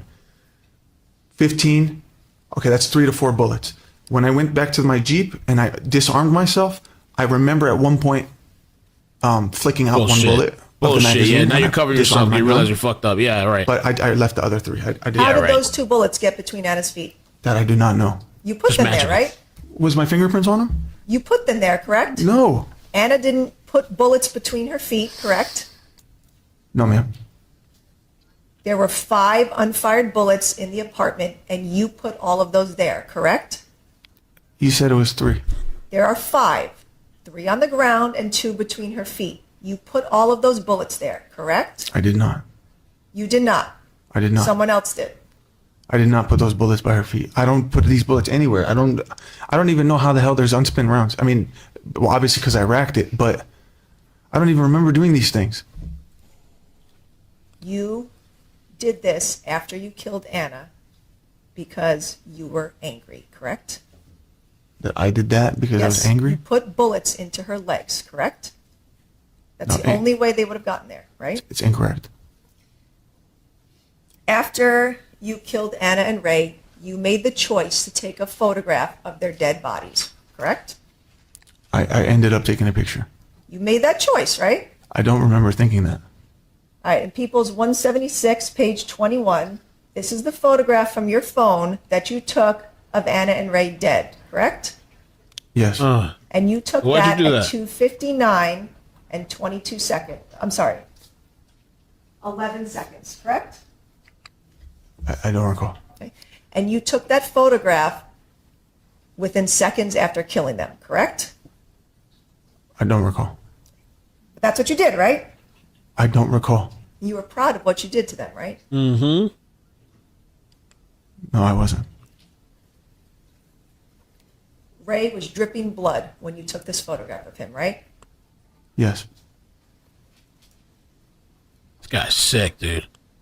Sick.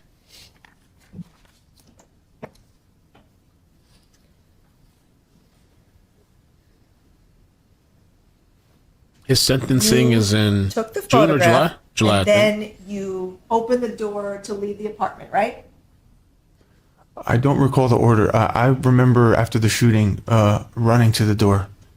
Because even in the audio, you can hear me run to the door and then run back and say, Anna, Anna, Anna. So, and then I ended the audio at some point. So it would have to, the picture would not have been taken at any point in the audio. No, the audio ended. You stopped it after you shot and killed Anna. After I looked back and saw what happened, and then I screamed, Anna, Anna, Anna, I ran towards her and I turned off the, And you consciously turned off your recording, correct? it was right there. The button was right there. It was like when your phone is locked, it'll show you in real time the wavelengths. You can just hit stop. So I just You had your phone out during the shooting? No, I quickly pulled it out. Yeah, you chose to pull out your phone from your pocket to stop the recording after you had already fired all 6 shots, right? When I saw how crazy things went, it completely went against what I had ever anticipated. But there was no need to record. You realized at that time that gunshots were loud, correct? Yeah, And you have neighbors, correct? I do. And you wanted the neighbors to think that you had just entered your apartment and found Anna dead, right? My neighbors were not even in my mind. I have no interaction with any of my neighbors. You yelled Anna's name to make it seem like you just found her, correct? Oh, God. Yeah. That's incorrect. You left the apartment and you walked towards the elevator, correct? Yes. Okay. And then you went back into the apartment and you screamed Anna again, right? Yes. You wanted everyone who heard to think that you had just found Anna dead, right? I wasn't even thinking of anybody else. And that's the same thing you said to the 911 operator, right? I just found them, correct? I said that to the 911 operator. You testified yesterday that you knew Anna was bleeding inside the apartment, correct? I knew. Like that she was bleeding. You testified to that, Well, I had seen her shot. Yeah. right? And you still left the apartment and didn't give her any help, correct? Well, how the hell am I going to help her? I don't know. I'm not a paramedic. You could have done something I mean, to help I- her after you shot them? When I ran back in the second time, I was freaking. The reason why I ran back the second time is because as I was waiting for the elevator, I thought about Anna again, and I thought that she's there, she's bleeding. I wanted to go check on her again, and I did for a second think, what should I do? Should I pick her up and take her with me? But You never did a single thing to help her inside the apartment, correct? I didn't think I was capable of it. I didn't know how to. You did not do a single thing to help her, right? No. You did not I- call 911 inside the apartment after you shot and killed Anna and Ray, correct? Not immediately, no. Right? In fact, you waited 12 minutes to call 911, correct? But that's how long it took for me to get outside. But you, inside the apartment, chose not to call the police or 911 or anyone else to get them help, correct? In that moment, I didn't think about calling police. My first thought was, I need to tell somebody about this, about what just happened. And you didn't try to give either of them CPR or any other life-saving measures, correct? I'm not qualified in that. I don't know how to do that. You never tried, right? I don't know how to do that. You testified yesterday that you saw Anna bleeding. You never even mentioned Ray bleeding, correct? Oh, I saw him. But you didn't care about him, correct? I was just freaking out about my wife. You didn't care that Ray was bleeding, correct? Objection or asked and answered. Sustained. You never yelled Ray's name, correct? No, I didn't. You did not care at all that you had just killed him, correct? That's incorrect. He was with Anna, so he deserved to be shot and killed, correct? Objection, Your Honor, argumentative. Sustained. 4 minutes after, Lily made an interesting point. She goes, you know why it's clear he knew who was with Anna in the apartment? Because he opened the door. He didn't say anything in surprise. Nothing like, Ray, you.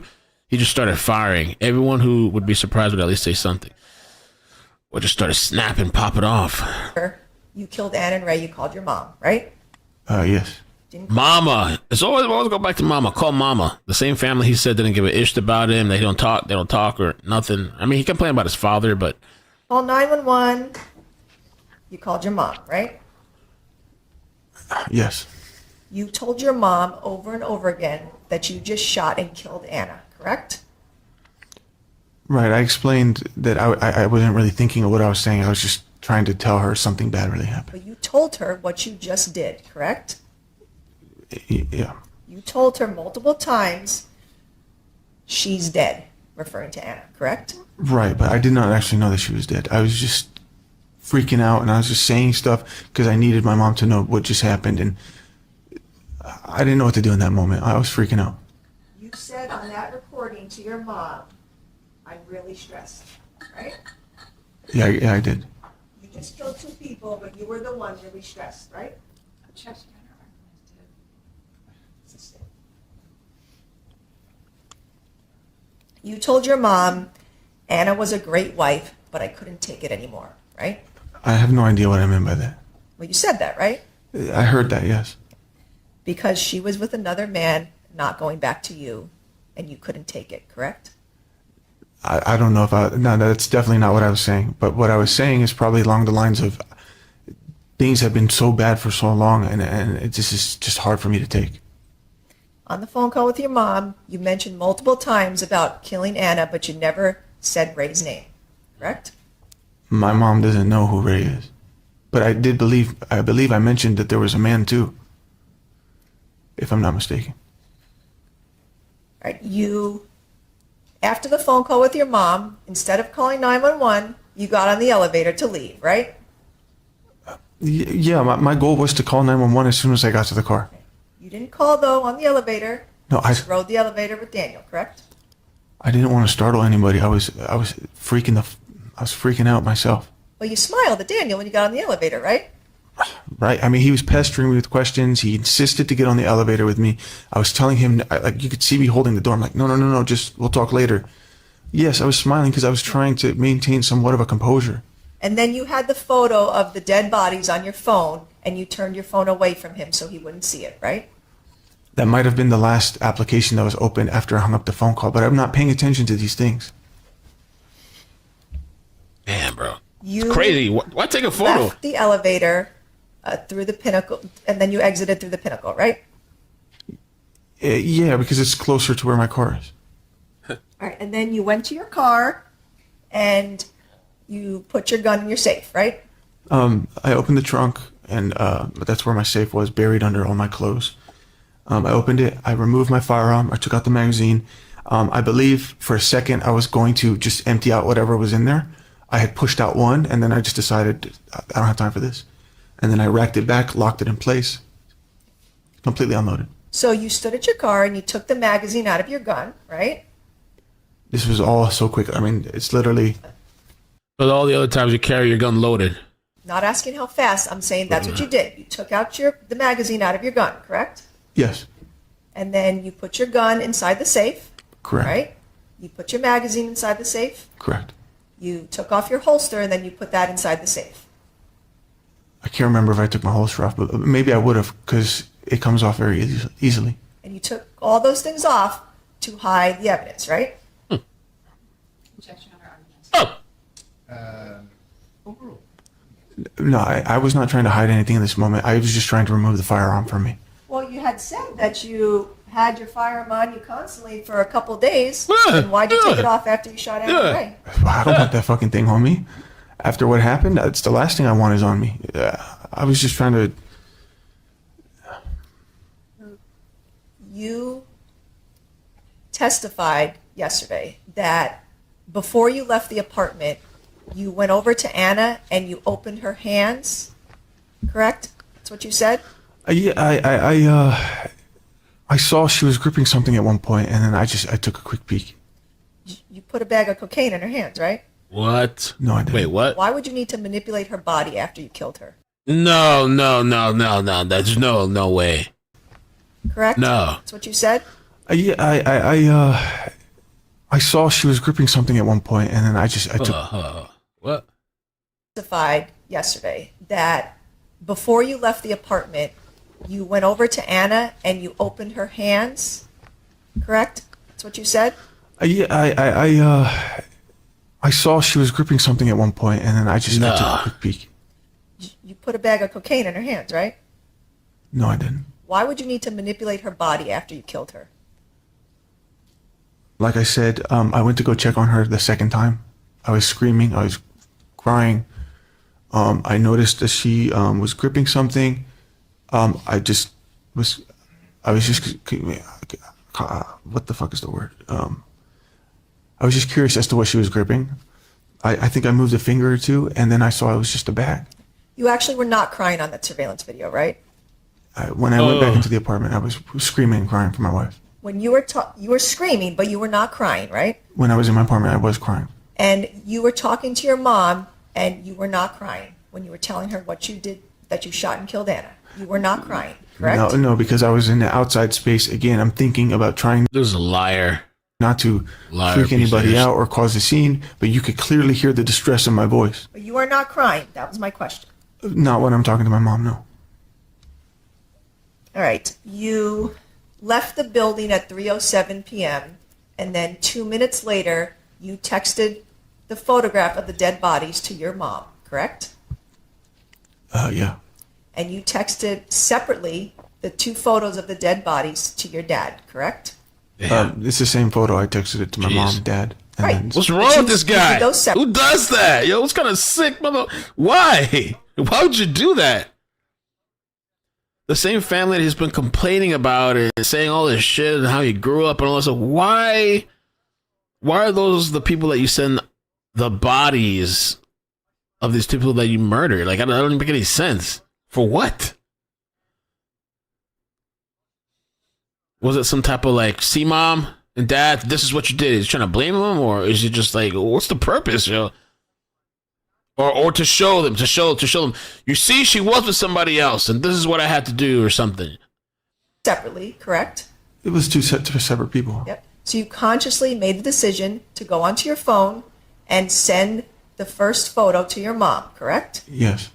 And then you made the conscious decision to then send the same photo separately to your dad, right? I did. I wanted them to know the severity of what just took place. I wanted them to know that I'm not joking. I'm not talking about a TikTok video, which I think my dad, at one point, he was wondering, Well, you got something that shit. You could have just told them what if they believe you. That sooner or later, they're gonna find out anyway. is that fake? Or he's asking me if this is a video am I talking about. Because it was it just so happened to be my sister's birthday and they were at a dinner. Objection, non-responsive.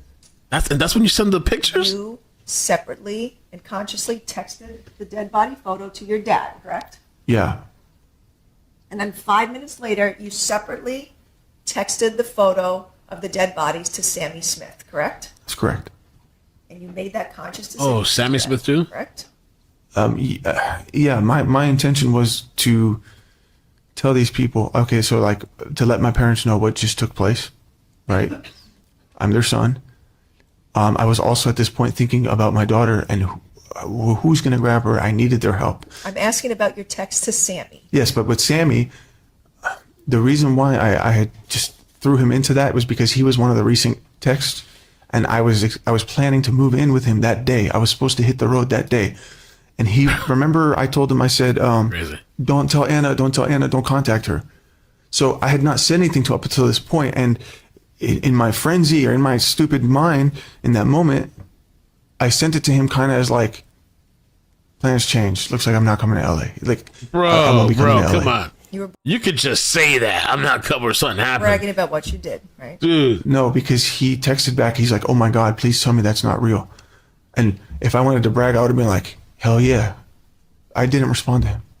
You called 911 at 3:10 p.m., right? I'm sorry. At 3:10 p.m., you called 911, right? When I got to my Jeep. Yep, that was your voice on the call we heard in court, right? Yes.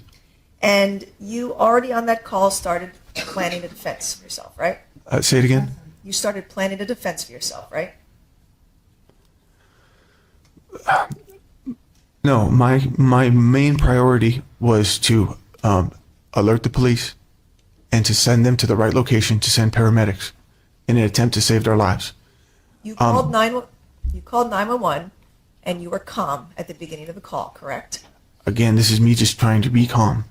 And you told the 911 dispatcher that you had just found your wife and another man shot, correct? I did. That's just what came out. I didn't anticipate having to make a 911 call that day. I didn't anticipate. I didn't know, like, should I say it now? Or because in the other, I'm thinking about Anna, I'm thinking about Ray, but I'm also thinking about Amira alone in school. I didn't know somebody was scheduled to pick her up. I thought Anna was going to do that. So my mind is, I need a little time. I just need to go coordinate with my parents and fix the Amira situation. You already started lying on the 911 call, correct? I wasn't fully truthful, yes. But I wasn't trying to hide. They always got a way to like manipulate the word. Yeah, you lied. Well, I wasn't being fully truthful. Yeah, you lied. Just say you lied. Anything. You said to the 911 dispatcher that it was so horrible just finding them, correct? I said that I couldn't breathe at the sight of it, which is very true, especially when I went in the second time. You didn't tell the 911 operator that what you had done was the horrible thing, correct? I did not mention that I had did it, yes. And you were asking them to help your wife, but you already knew she was dead, right? I did not know she's dead. I did not check anyone's pulse. You took a photograph and stayed in the apartment of and saw the two bodies. They were not moving, right? No. They had bullet wounds to their heads, correct? Right. You knew they were dead, right? I did not know that they were dead. Oh, please. But I knew that they were badly wounded. You did not call 911 to turn yourself in, correct? No, not the first time I called. I was not trying to turn myself in just yet. I wanted to see. First time you called, you didn't call again, right? No, I didn't, because I was trying to drop off my daughter at a safe location. I was. Well, you just said you were insinuating that you called the second time, but you didn't, right? No, I meant the first time I called, the only time I called. I'll correct myself. The only time I called was to get to the bottom of it, to get them help. I had full intentions of turning myself in. I have nowhere else to run. I just wanted to secure the safe drop-off of my daughter. You did not call the police after you made the 911 call to turn yourself in, right? I would have, had I dropped off my daughter. You did not, I correct? did not. You drove straight to Amira's school to pick her up, right? Correct. And you drove just fine from the Spire to her school, right? I actually ran a few red lights. But you drove just fine. You didn't get into any collisions, right? I didn't crash, but I was freaking out. And you told us that you took some bumps of cocaine that day, but you were completely fine to be driving, right? My vision was very blurred. It's like, when the vision I was not in a good condition to drive, which is why I didn't even think I was capable of making the commute to drop off my daughter. But you went anyway. So you picked up your daughter after using cocaine? And No, then you drove with her? I was using cocaine. Look, there were so I'm many. asking you a question. Yes, I used cocaine because I was trying to cope with all this. What's going on? This is very hard.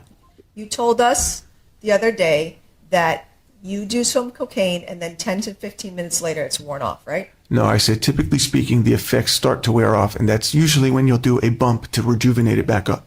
But it doesn't mean you're fully sober. It had been way more than 15 minutes since you used cocaine to the time you shot Anna and Ray, correct? No, I was doing coke on the drive there. It was way more than 15 minutes after you used cocaine to the time that you shot and killed Anna and Ray, right? I can't confirm that. But I was doing cocaine actively the whole entire day, and I was also more high and more agitated and more mentally disturbed than I've ever been. There was no cocaine found in your hotel room, right? No, I took the bag with me. There was no cocaine found in your car, right? I disposed the bag at the school. At the school. So you loaded Amira into your car and you were smiling, right? No, it's incorrect. What? You heard testimony Hi, about how's your picking day? Amira up and you were smiling, Yes, right? I know Julia said that. I did not know she was even seeing me there, but first I went to the window where there's a staff. And I said, there's an emergency. I need to pick up my daughter. I was on the phone with my dad on speaker the whole time. Objection, non-responsive. I'm trying to explain the situation. Fine to explain. Go ahead. Thank you, Your Honor. Thank you, Your Honor. No, I'm just. She said I was smiling, so I just wanted to say it took a pretty decent amount of time for them to get Amira. And they also had told me, well, somebody else is scheduled to pick her up. This is strange. I'm like, look, I don't know anything about that. Just please give me Amira. I'm on the phone with my dad. We're trying to figure out something, what to do. Eventually, they bring Amira out. I don't want to scare my daughter. I don't want to startle her. So I was trying to be cordial. I was trying to stay focused, but I wasn't even able to do that because as soon as I was holding her hand and we're walking, the first thing out of her mouth is, "Where's mom?" And that really hurt me. It really. Oh yeah. I couldn't keep my composure out there. I was like, "No, Amira, please don't ask me about mom right now. Please don't ask me about. Let's just get in the car." And then I put her in the car seat. You told Amira that you killed her mother, I did correct? not. She knew that you killed her mother, correct? I did not, and she did not know. You were bragging about what you did to your child, correct? Wow, no, don't tell me that.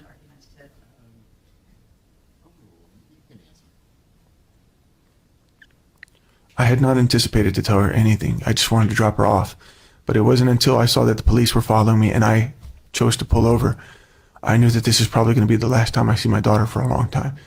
And I didn't want her to go without knowing what happened. So I just said the nicest way possible that wouldn't scare her, that wouldn't damage her.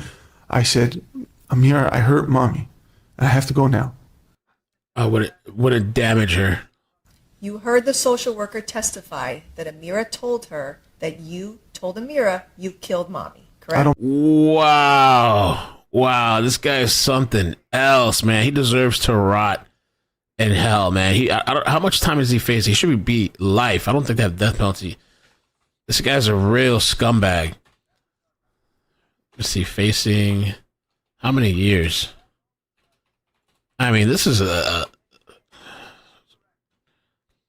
like, I don't know, man. Some type of cold-blooded, man, or psychotic.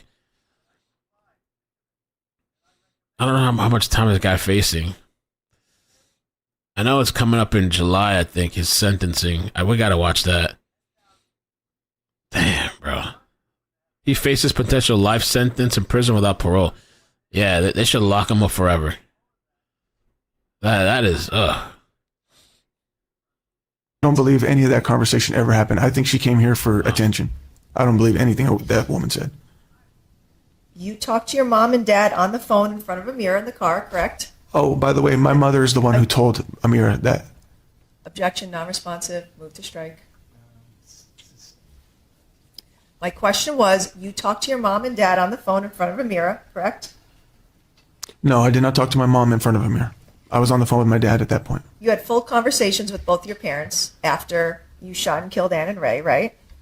I was on the phone with speaker, and at that point, I had already explained sort of what happened 28. before Amira was even in the picture. So there was no reason for me and my father to talk about what happened. We were just discussing. He wanted to make sure that Amira was safe, I was safe, and that I'm heading to drop her off at the location. My question was, you had full conversations back and forth with both your parents, right? Not in the presence of Amira. I'm just asking you in general. You had full conversations with them, correct? I was talking to them, yes. And then you had a full text message conversation with your mother about arranging where to meet her with Amira, correct? I don't know. Yeah. That's a At good first, question. I reached out to my mom, and she told me to reach out to my dad. So I was kind of like talking to them both to see who could get here first. What and I'm what's the asking best you way. about is the text messages. You had a full text message conversation with your mom while you were in the car driving away from Amira's school, right? No, I was not even talking to my mom at that point. I don't believe. I was talking to my dad. So And I was not texting. You saw all the text messages that I showed, both with the detective and with your mother, about the conversation you had with her, correct? She was texting me about like meeting in LA or something like that, and I don't even remember seeing that because I'm trying to focus on the road. You know those are text messages from your phone, correct? Yes, but it doesn't mean I looked at them or But you sent them, Oh correct? my God. I'm not exactly sure when I sent what. I don't know what we're talking about specifically, but I was actively texting my mom and dad throughout this. You texted your mom that you cannot hide with Amira forever, correct? Yeah, because I think she suggested to for me to go to LA, and then so her commute from Vegas was. She cannot hide from who forever? Your mom that you cannot hide with Amira forever, correct? Wow. Yeah, because I think she suggested to for me to go to LA. So let's pause 1 second because BL sent me this. And I was going to say you're not going to believe it, but honestly, with all this stuff we've been hearing today, you probably will believe it. So this guy has a brother, right? Sammy. And criminal complaint, Gainesville man stole a gun in Opal, then shot at occupied vehicles in Remington. This was April 6, 2021. The arraignment for Sammy Nasir Abulaban of Gainesville was scheduled for April 12th. General District Court was postponed. Abulaban was charged on April 3rd with 3 felony counts of shooting maliciously at an occupied vehicle, 3 felony counts of using a firearm in the commission of a felony, and 1 felony count of larceny of a firearm. Wow. Judge Ashwell explained that Abulaban was unable to attend the arraignment because he is currently at Western State Hospital, a psychiatric hospital in Staunton, Virginia. Ashwell assigned Abulaban a public defender. And here's the guy. What the hell? So they all crazy. What's going on in that household? Because if I was the parents, I'd start looking at myself like, I mean, I know sometimes I've heard of situations parents do the best they can. And you just, I don't know, kids do turn out to be what the hell they turn out to be, you know, but maybe all that ass whooping and beating and torturing they were doing in the house from Papa, it didn't help out. Gainesville man accused of shooting at 3 occupied vehicles on James Madison Highway in Remington on Saturday. He rented a firearm from a local gun shop. He rented a gun, okay, from a gun shop to use at a shooting range on the premises. The criminal complaint filed with his arrest alleges he stole the gun, drove to Remington, and began shooting, hitting at least 2 occupied vehicles on the highway, according to the complaint. The suspect then called 911 to report the incident and told investigators he wanted to spend the rest of his life in jail and wanted to kill people. What?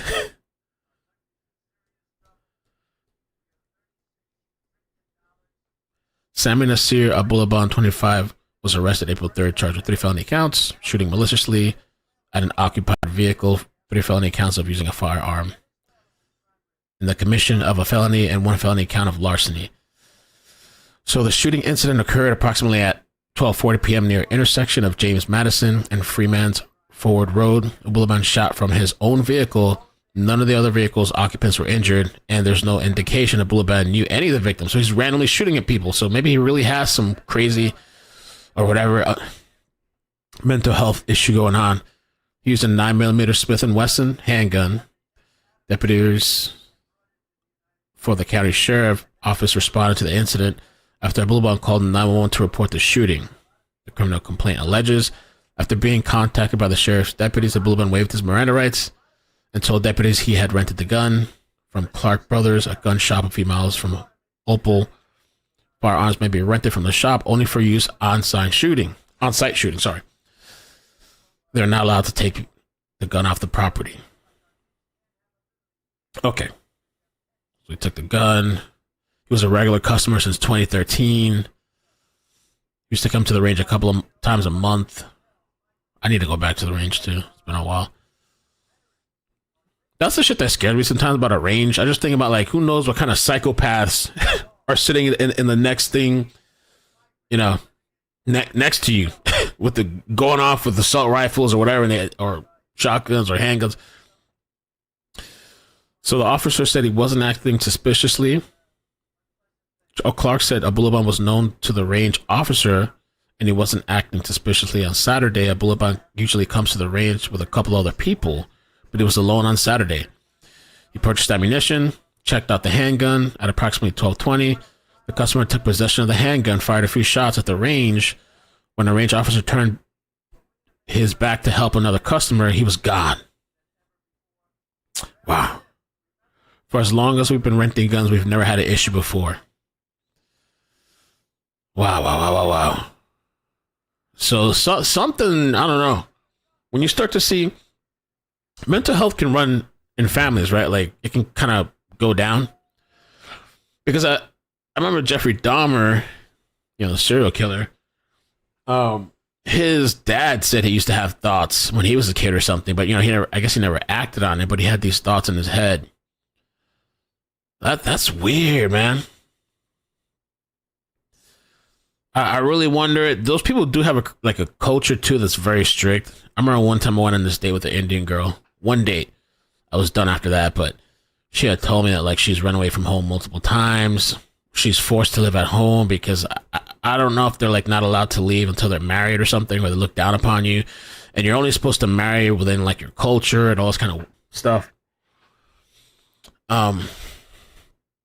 But Abulaban was talking about his childhood and his father, and I don't know, I kind of thought of him as an incel a little bit, but I mean, he would go out and socialize. I wonder if there's like hybrid incels. I mean, he was having sex, I guess, with Anna, but like he said Anna was like the only girl. Because I think sometimes too there's incels, and then they have that one person. Of course, maybe he had some prostitutes, like he said, or he had got a massage from a lady.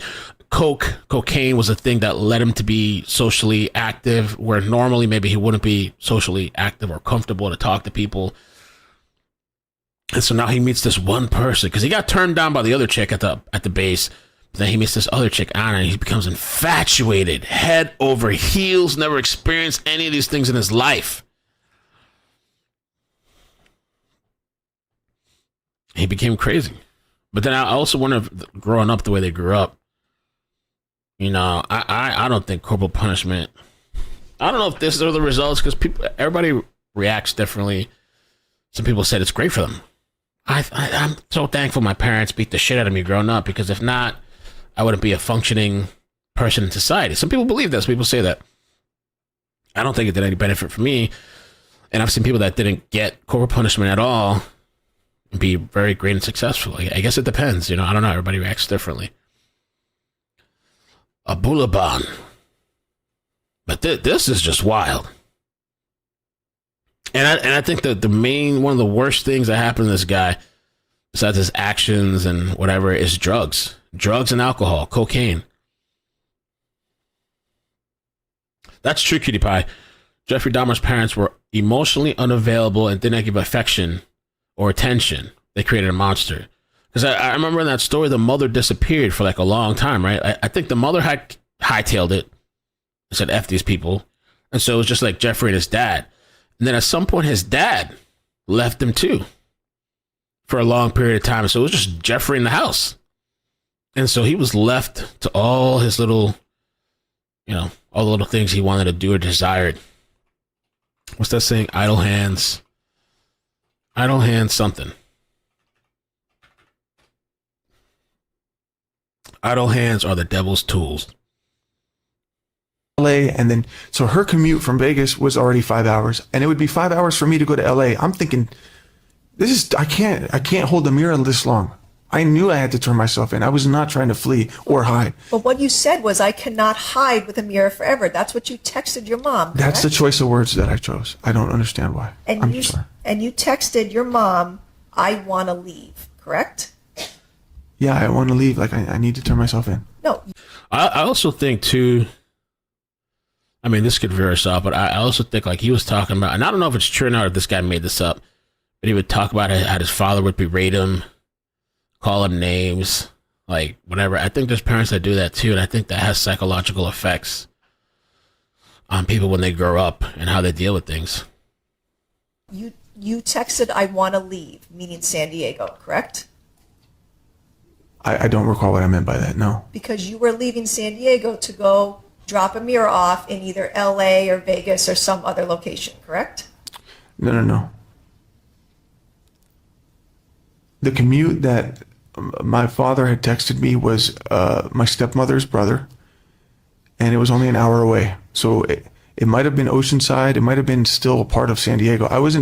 I don't mean to leave the state or I wasn't trying to flee. But that's what you said. I want to leave. Meaning I have to get going. Like I can't keep sitting deciding, should I meet here? Should I meet there? Am I going to meet with dad? I need to know, where am I going here? Because I need to leave. That's what I'm saying. You did not call to turn yourself in, correct? No, because I hadn't finished securing my The daughter. police were behind you, and then you were eventually arrested, right?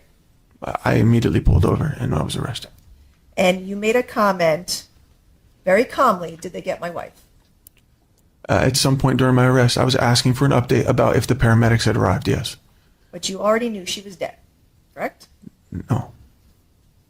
And you told the officers that the gun was in a safe in your trunk, right? Correct. That was the same gun you used to kill Ann and Ray, right?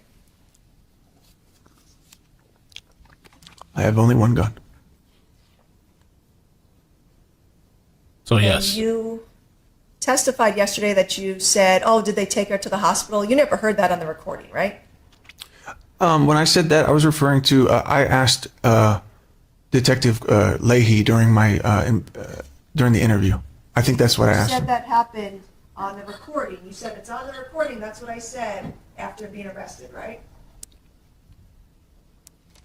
I don't remember verbatim what I said, but I said something along the lines of, did they get her or did they get her help? I was referring to hospital treatment.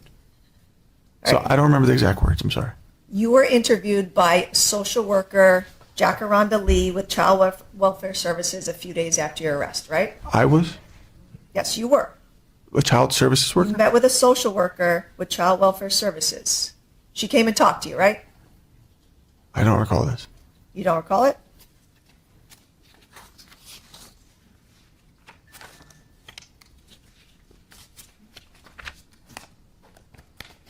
Okay, I'm going to show you the service log from the Health and Human Services Agency. Review this statement and let me know if refreshes your memory. Start down here on October 22nd, 2021.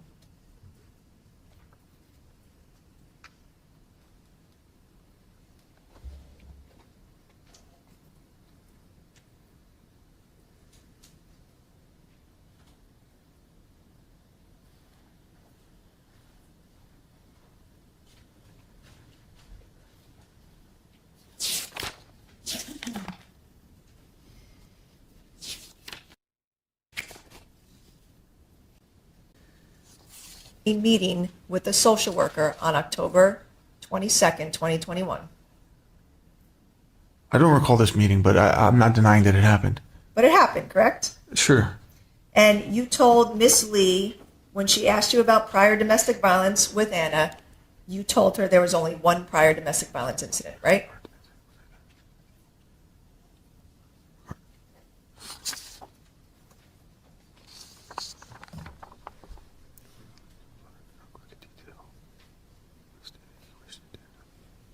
Is that after where I said I stated I wished it didn't happen?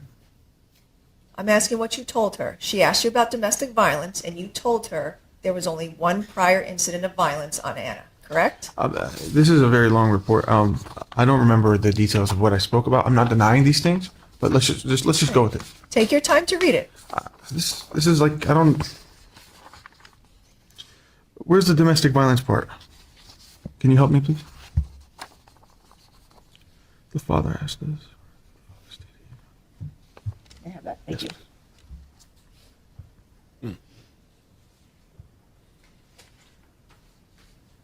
Teacher Cross, thank you. Interpersonal See you later. violence. It says, when asked about prior domestic violence, the father stated there had been one prior incident. Okay, Correct? That's what you told her. sure. So you lied to her, correct? Yeah, I'm not going to flaunt how many times I've done it.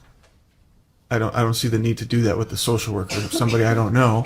She was asking you questions and telling you to be truthful, right? I don't recall if she told me to be truthful, but I'm not going to flaunt an exact number. I don't even know the exact number. It's a lot, right? Okay, I gave you that one.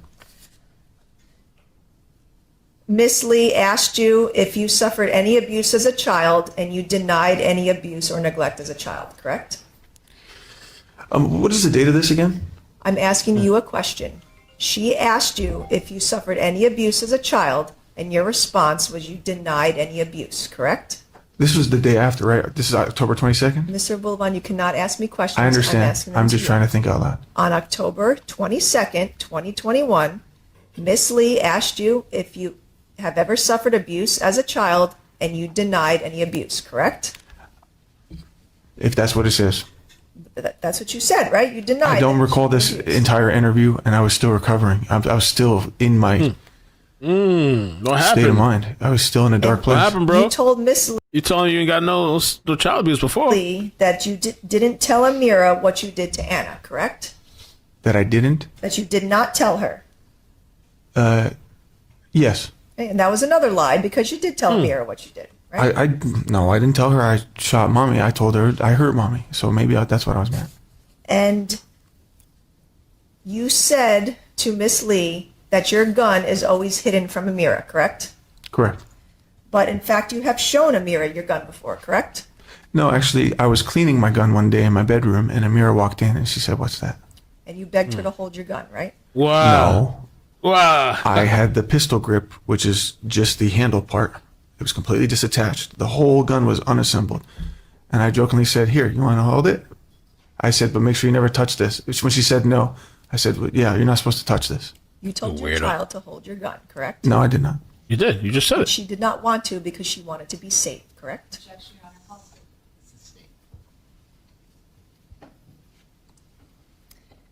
You have, after October 21st of 2021, you bragged about killing Anna and Ray, correct?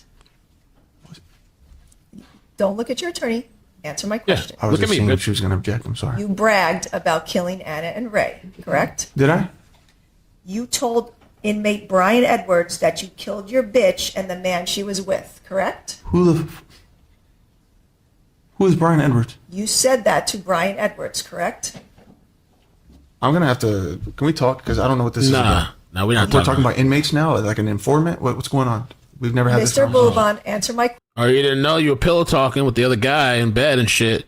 question. And he's snitching. You told an inmate, Brian Edwards, that you killed your bitch and the man he was with. No, She I did was not. with, I did correct? not. Do you have audio recording of this?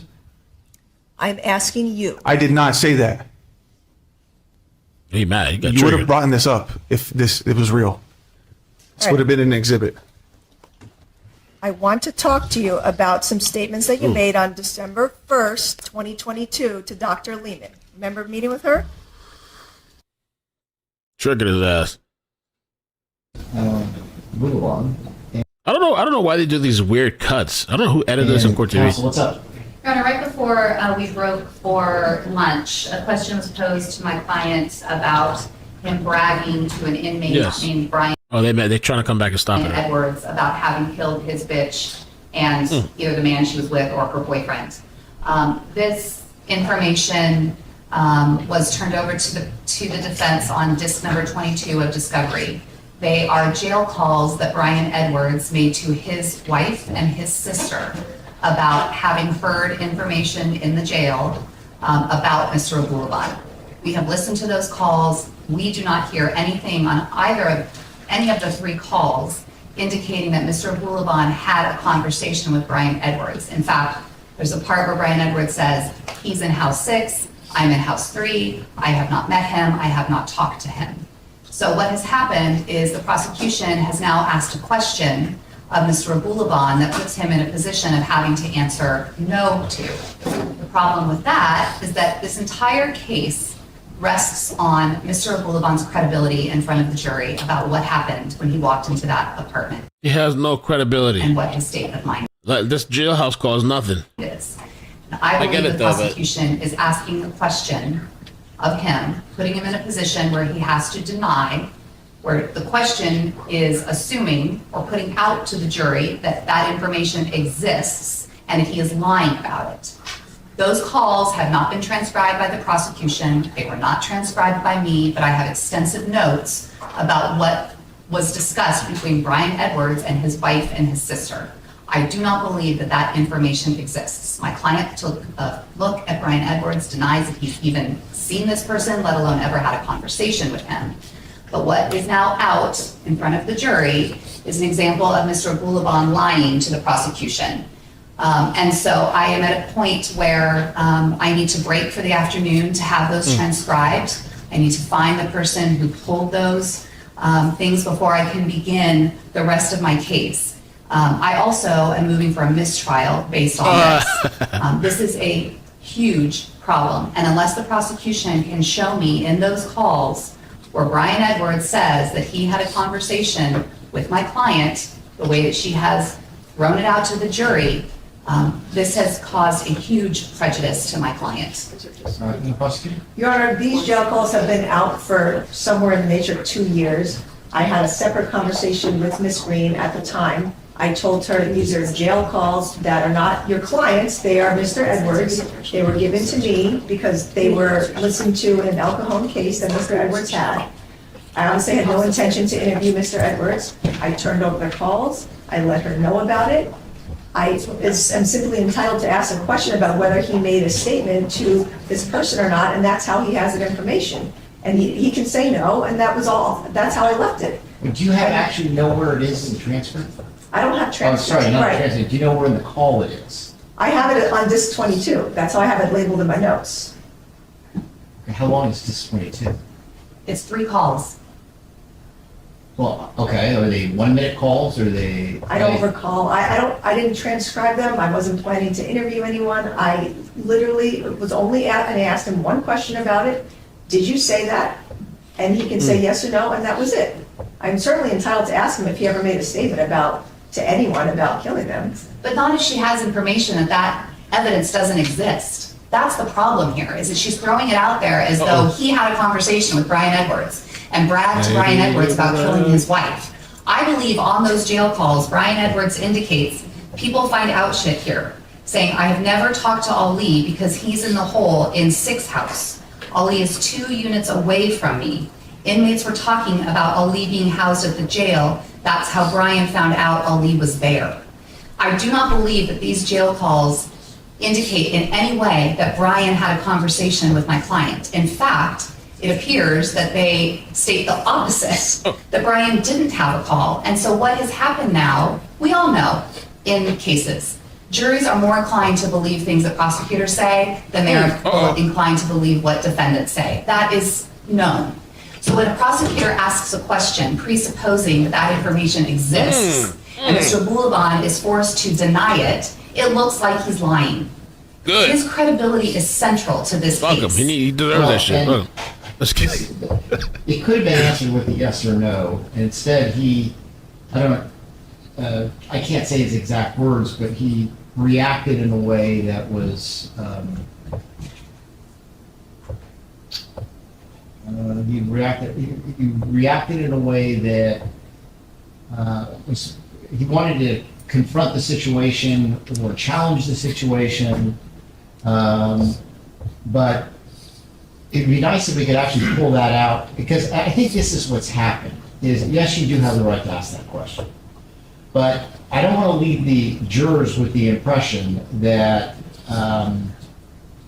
that this is from defendant to Brian, because apparently the tape is between this Brian guy and his wife, right? And I would Correct. assume on the tape, somewhere along, assuming it's there, that Brian to his wife says, I know Ali, and Ali's saying he killed his bitch and whatever, the boyfriend or whatever it was.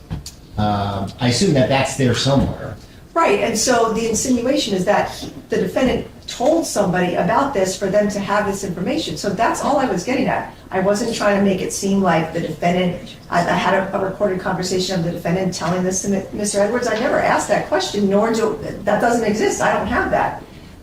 All I have is information. This, again, honestly, in all the evidence that we are going through here, this is a side note. It really is not that important.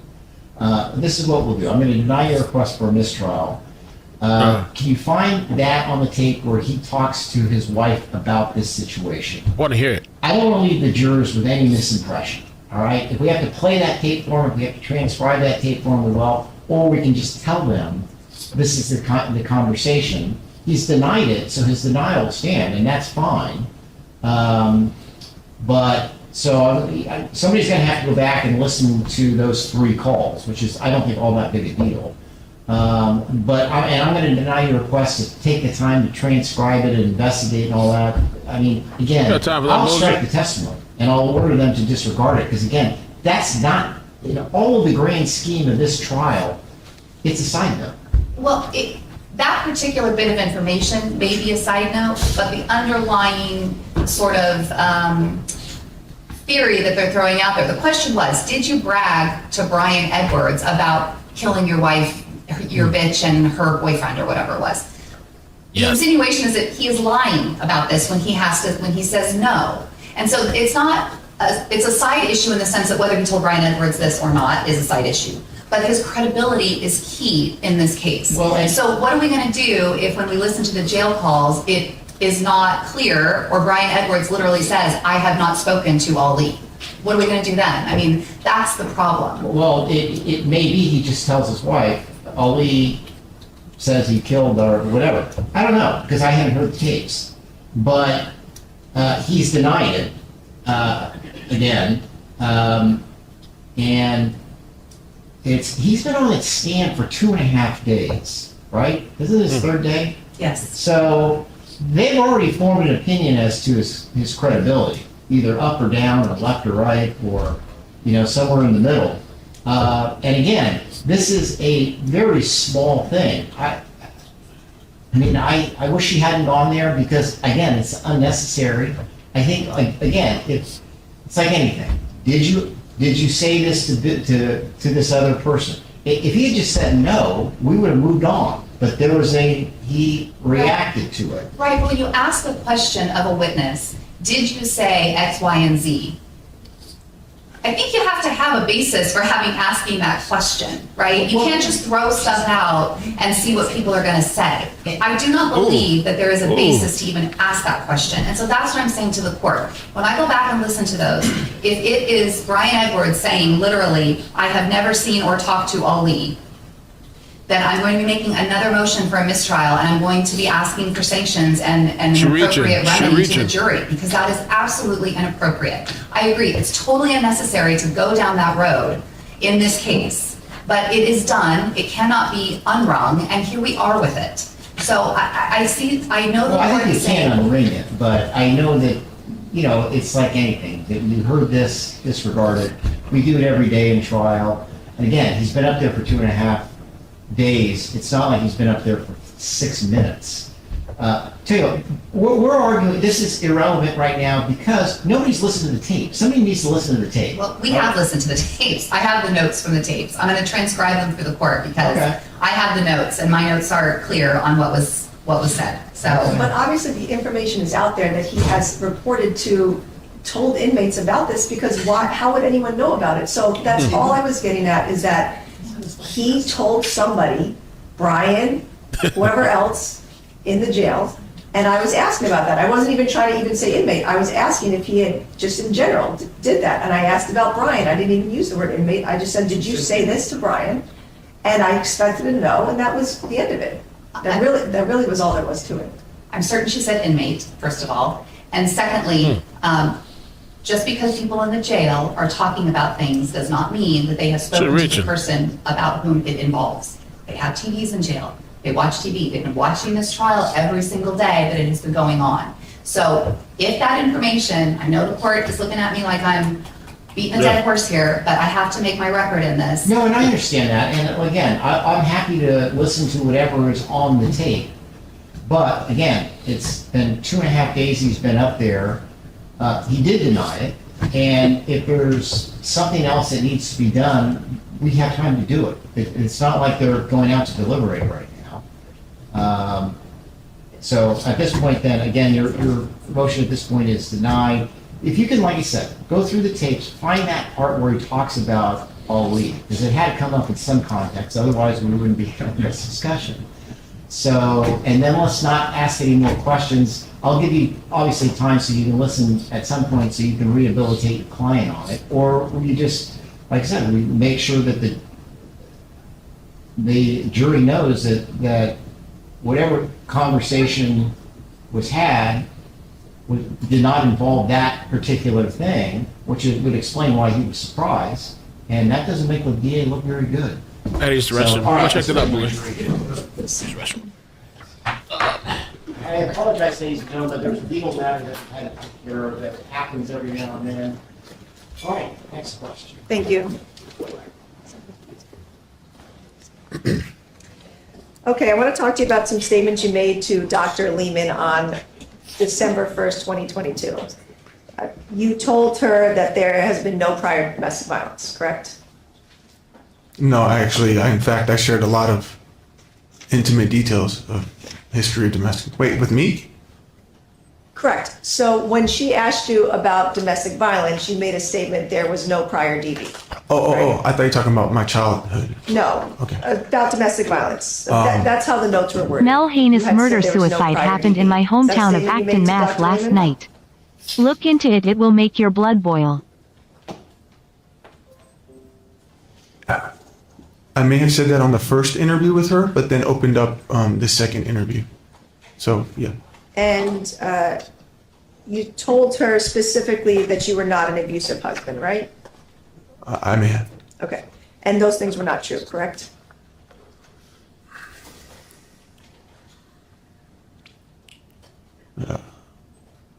I have done things that I should not have, and I regret. There's been moments where I've been abusive, yes, but I do not categorize myself as a totally abusive husband. And you told Dr. Lehman that here in San Diego, she calls police 9 times in 1 week saying I hit her. That's what you told the doctor, right? Yes, Okay. But that's not true, correct? Anna never called the police 9 times saying that you hit her. I may have been exaggerating about the in a week part, but I know that there was. I believe police were called around 9 times around this time frame. But not by Anna, correct? Some of them were by me. Correct. So when you said that she called 9 times saying you hit her, that statement is not true, correct? Not entirely. It's another form of exaggeration. Because we've already discussed she didn't call the police after almost every single violent incident except for September 8th, correct? What I was referencing is she does call the police, but she'll either retract it before, she'll either hang up the phone call before dispatch, or when dispatch says, did he hit you physically? Or then she would retract it. By that point, I'd either be out the door or something along those lines. So what I was referencing was she has made attempts to call the cops on numerous occasions, but she did not actually follow through with all of them. But Anna only called the police 1 time saying that you pushed her down. That was September 8th, correct? That's the one time she actually went through with it, and that's what inspired me to start the live recording. Like, oh, my wife's putting me in jail. Like, you see what I'm saying? But she only called the police on 2 other occasions to say that she was scared or wanted to get you out of the house, but never told the police you hit her. Right. She would always say it was just verbal, but she did call the cops on numerous occasions. You told Dr. Lehman that you couldn't afford drug treatment, right? Is it the defense right now that the prosecution stopped? What I was referencing was I did, during this 3-month period, I did reach out to both police, asking for them to please place me in a rehab. I have no experience with rehabilitation clinics, and I'm not familiar with mental illness. So I was reaching out to receive knowledge and education. There is actually recording of my interaction requesting police put me in rehab. They told me they can only recommend places. I called a few of those places, and they all needed health insurance, but we did not have health insurance because Anna recently lost her job, and we were on her plan. I was not aware that there were free rehabilitation clinics at the time. You know that you can go to NA meetings that are free, correct? I do not know that. Narcotics Anonymous? I do not know that. You've never heard of NA or AA meetings? Never I've heard heard of of it. AA meetings, but I don't know what they consist of. Prosecution, thank you. But you never tried to get treatment like AA or NA that are free, correct? That's what I'm saying. I didn't know that these things were available or that they were free. You said you did know about AA, correct? I said I did not know what they consist of, and I did not know that they were free. And you told Dr. Lehman that you were still weeping about how Anna did you wrong, right? Still what? That you were still weeping about how Anna did you wrong, correct? At the time when I spoke to her, I was still trying to make sense of certain things. Initially, at the time frame of when this all occurred, I was in the victim mindset for many things. But since I've been, You're still there. I've had a lot of time to deeply reflect on what my role was and how I could have done things better. I've seen and gained understanding of how certain things were my fault or I could have been better. So what I was trying to say is there were moments where I would weep and feel like she did me dirty. There were moments where I would scream, "How could you do this to me, Anna?" Even after the shooting. But this is just me trying to heal and try to understand. But now I don't exactly look at it that way anymore. But you're still blaming her a year later about doing you wrong, correct? Right. Right. So it did take me a long time to recover. This was not an easy thing to recover from. A lot of the questions that you answered on that personality assessment inventory were lies, right? My answers were lies? Correct. That's false. When you say that sometimes I'm very violent, you circled somewhat true.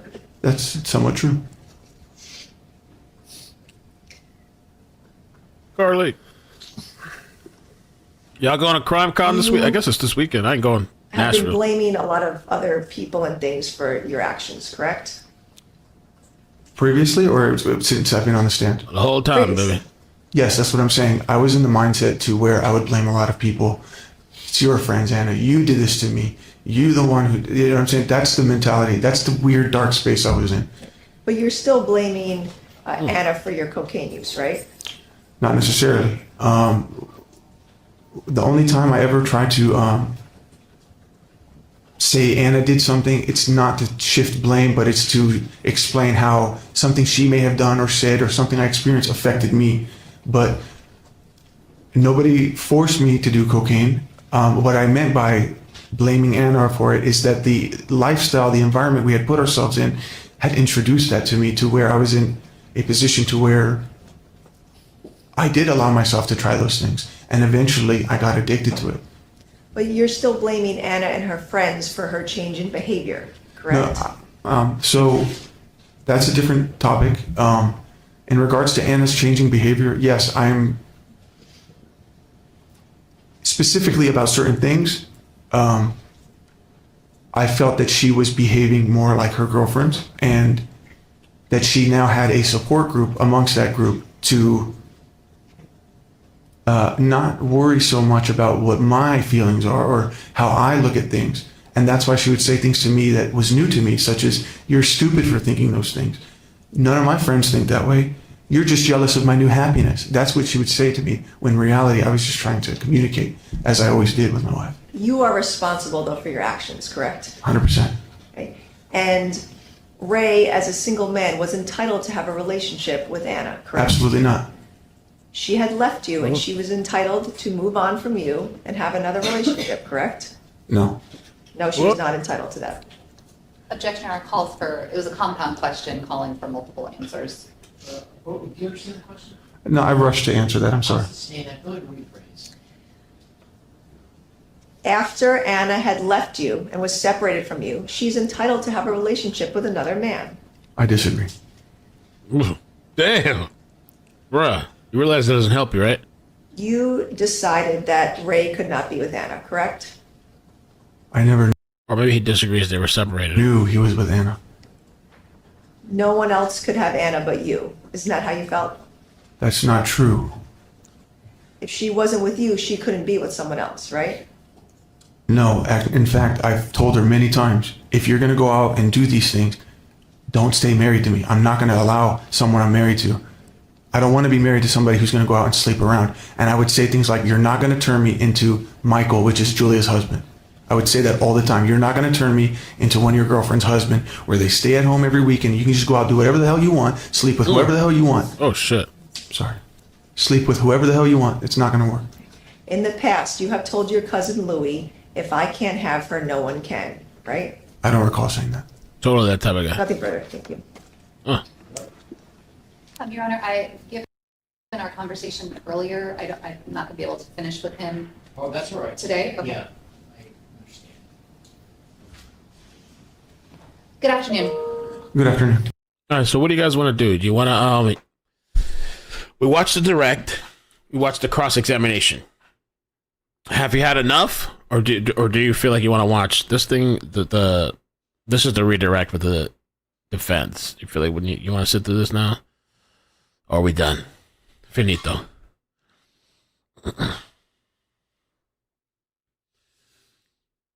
And all his supporters that encourage it and no one pulling a red flag.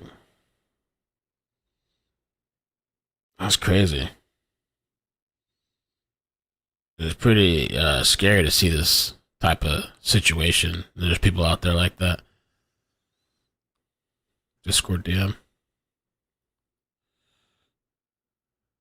Ooh. Let's listen to this. For the first time. Finito. I feel like we're good. I mean, unless you want to hear his excuses.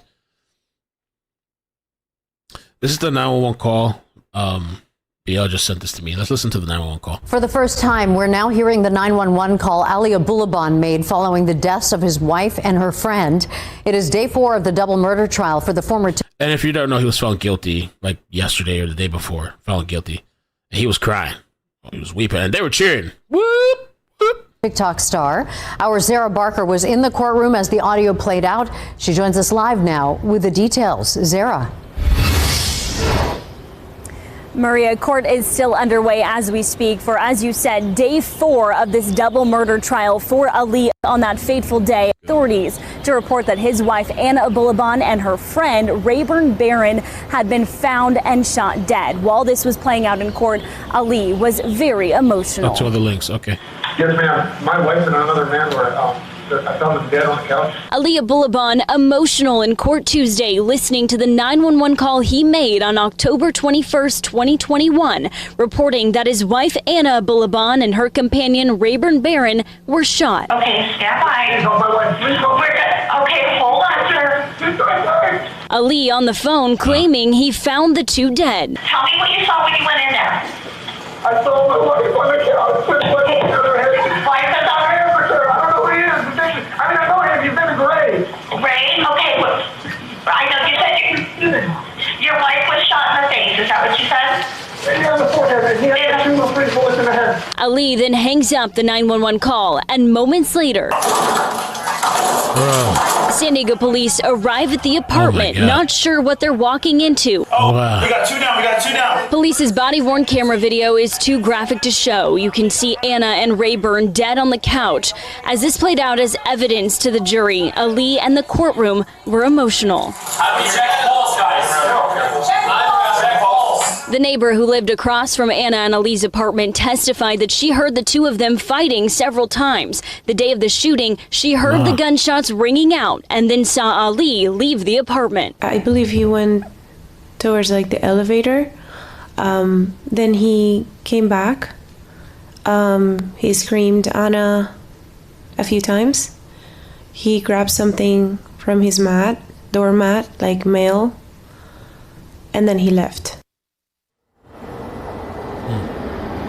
And so today in court, we heard from 2 of their neighbors who also lived in the Spire apartment complex on the 35th floor at the time of this shooting back in 2021. And we also heard from about 5 or 6 police officers and first responders that responded to that scene back on that day, and also the ones who arrested Ali Abulaban several years ago. Of course, he's been in prison and behind bars ever since. So in the next couple of days, the judge is actually out. So court's going to be on pause. They're going to resume. Wow. The other one. Okay. Sorry, I missed a lot of the trial. I should have heard this call. I haven't heard of this either. Thank you, BL. Let me play this. The man accused of killing his wife and one of her friends confessing to his mother on the phone after that shooting. Good Monday. So people that are wondering, like, this trial was never aired live. And so, like, just bits and pieces were released. And so I kind of had a hard time following which one to watch and how do we even see this. And certain bits of testimony, including Ali's, have been released. Evening, I'm Kathleen Babe. And I'm Phil Blauer. That clip showed today to a jury in the double murder trial from a former TikTok star. This is the third week of that trial, dating back to the killing in 2021. Our Zara Barker was inside of the shooting that happened on October 21st, emotional and shaken as that audio played out. We also heard for the very first time the confession that Ali Abulaban had made to his mom after he had just shot and killed his wife.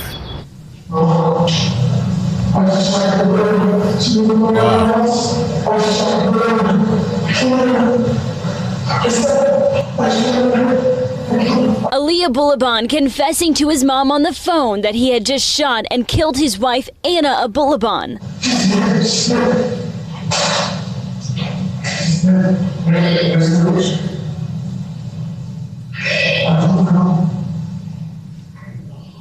Imagine being a parent and getting a call like that, right?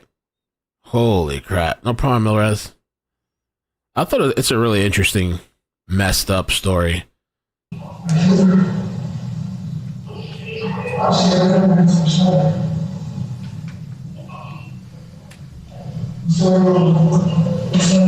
Just moments before this confession.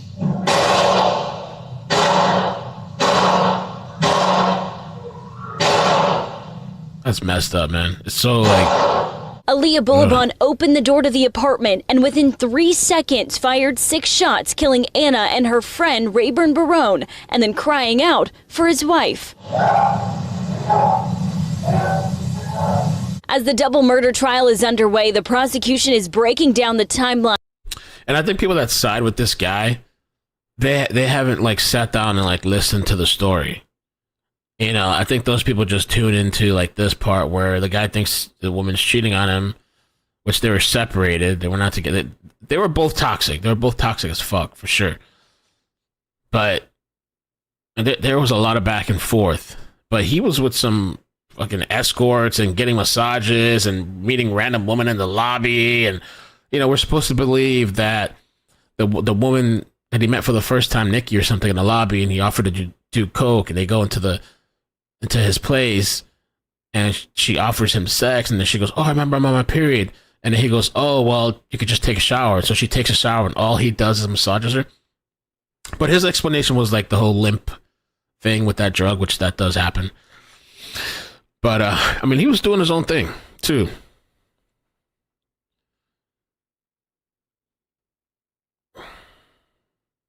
And what Ali was trying to go for in this is I mentioned it yesterday, that guy with the shotgun. There's literal video of this guy with a shotgun that tells this woman, I don't know if it was his wife or whatever. I don't know what the woman was. I don't know if she's cheating or not. I don't know what happened. He said, "I'm going to send you to Jesus." And you see him on video and she's recording and boosh, shoots her. He just gets 10 years. So I think Ali was trying to go for something like that it wasn't intentional, not intentional, but it wasn't premeditated. And I think he was hoping to get off and skimp with some little bit of time or something.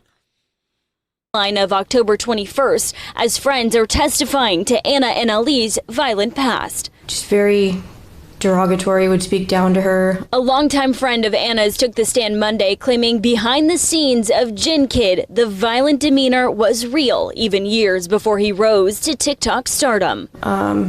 This whole Scarface act was very common back then as well. He just always had to be better than everybody else in the room. He spoke down to a lot of us. It actually kind of made me distance myself toward the end because I just couldn't stand being around him. He made everybody in the room feel uncomfortable. It was just very physical and verbal. The prosecution says they have just a few more witnesses to call to the stand, and then they will rest their case this week. Next week, it's the defense's... Let me play this other clip. TikToker, the mother takes a stand. How long is this? I'm a therapist who goes to therapy, and some... Get better help, or better help. Against former TikToker Ali Abulaban testified. Mama's love to the very end. Mama's love gonna hold it down. Never forget Mama. To the ride or die.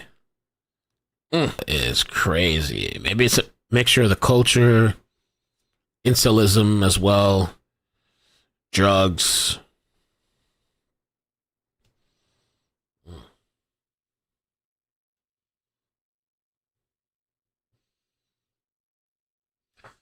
All right. I mean, I don't know. You guys want to continue a little bit or call it? I feel like you guys are mostly going to say call it.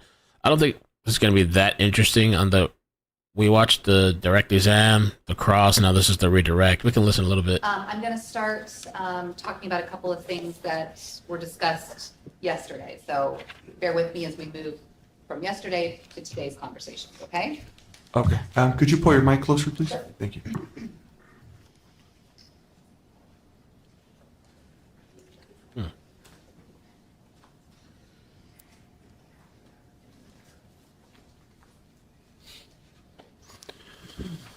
You were asked about doing an internet search for Yeah, Sean yeah, Torres. I think that was one of the very first things that Madam Prosecutor asked you about yesterday. Do you remember that? I do. You did not recall at the time having done an internet search on Sean Torres. I do not. When you saw today maybe some more information, another question was posed to you about having Google searched Sean Torres. I actually don't recall ever seeing Sean Torres on any of the results that were shown today. My question was, well, I guess you did answer that. We didn't see anything. I didn't see anything about right? that. Correct. Give me just 1 second. You and Anna had a conversation over text on 10/19 of 2021 where you said to her, "I don't think you ever loved me. I was just Sean's rebound." Do you remember that? Having that conversation at all? Yeah, I've said that to her a few times. I'm going to approach and show you Defense Exhibit 43. Just keep a hold of this while we're talking about this, okay? Okay, thank you.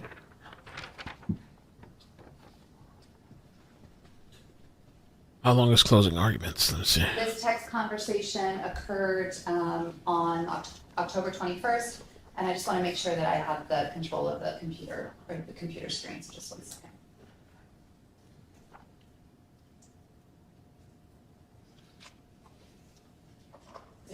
No, that's okay.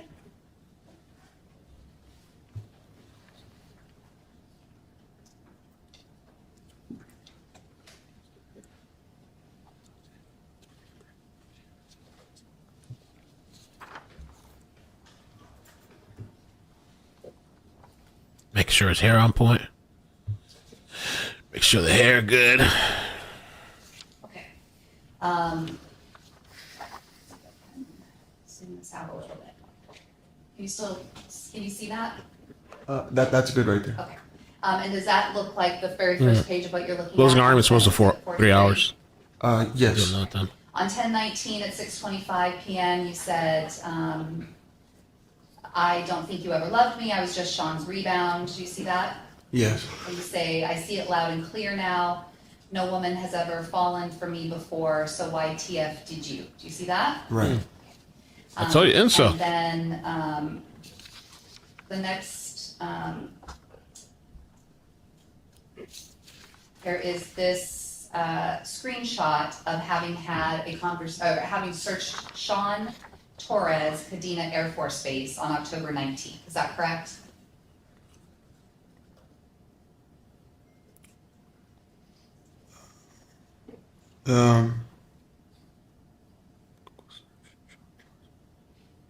Yeah, I guess. So after accusing Anna of you being only to her Sean's rebound, you then looked Sean up, you Google searched him, right? I guess so. Okay. Did you Google search him because Anna had been talking to him in San Diego? No, there was no any indication of that at all. You Google searched him right after having accused Anna of you being Sean's rebound, right?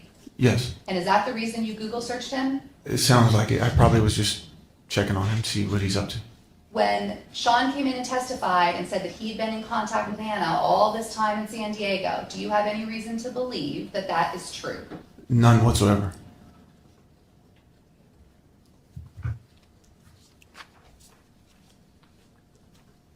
Gotta fix that hair. Twirl it around, baby. Twirl it. Ooh. You were asked about all through September and October, all the times that Anna told you over and over again in text message that you were done. Do you remember that? I do. Aside from having words from Anna, you were receiving actions from Anna. Is that right? Yes. So there were times, say on October 5th, when Anna would say to you that we're over, but then on October 7th, Anna showed up at your house to bring you IHOP breakfast, right? Okay, so this is an example of Anna saying something to you, like we're done, but then showing up 2 days later doing something nice for you. Is that right? Correct. Overruled its foundation. On October 8th, you and Anna and Amira went and had breakfast, right? Yes. So despite telling you, we're done, I'm over you, here you are again getting breakfast. Correct. Is it possible that you invited Anna to breakfast? Of course. Did you force Anna to go to breakfast with you? No. Did you make her go places with you? I couldn't get her to do that. This entire time, you knew that Anna was living with Claire, right? Yes. Did you ever show up uninvited at the base? No. Did you ever use your government I'll just show up pass uninvited at to the go base. in and track Anna down?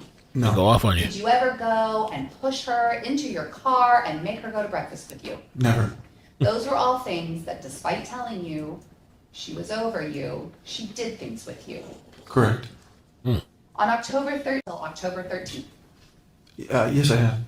When? Well, Julia's party, right? That was September 11th or 12th, Okay, right? okay. So after that. Sorry.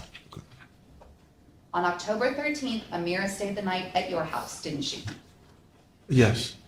Anna brought her to your house, didn't she?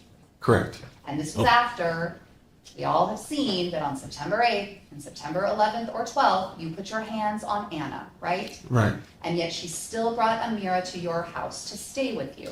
Correct. And let That's Amira dirty. stay home alone with you, right? Correct. And in fact, the night of October 13th, when Anna brought Amira to your house, she said to you, Claire made pancit. Can I bring you some? Oh, yeah. Yes. Objection, leading question. Yes. And you said, I'd be surprised if Claire wanted me to have any pancit that she made, right? Right. And Anna actually said, no, Claire wants you to have it. Do you remember that conversation? No, I do, yes.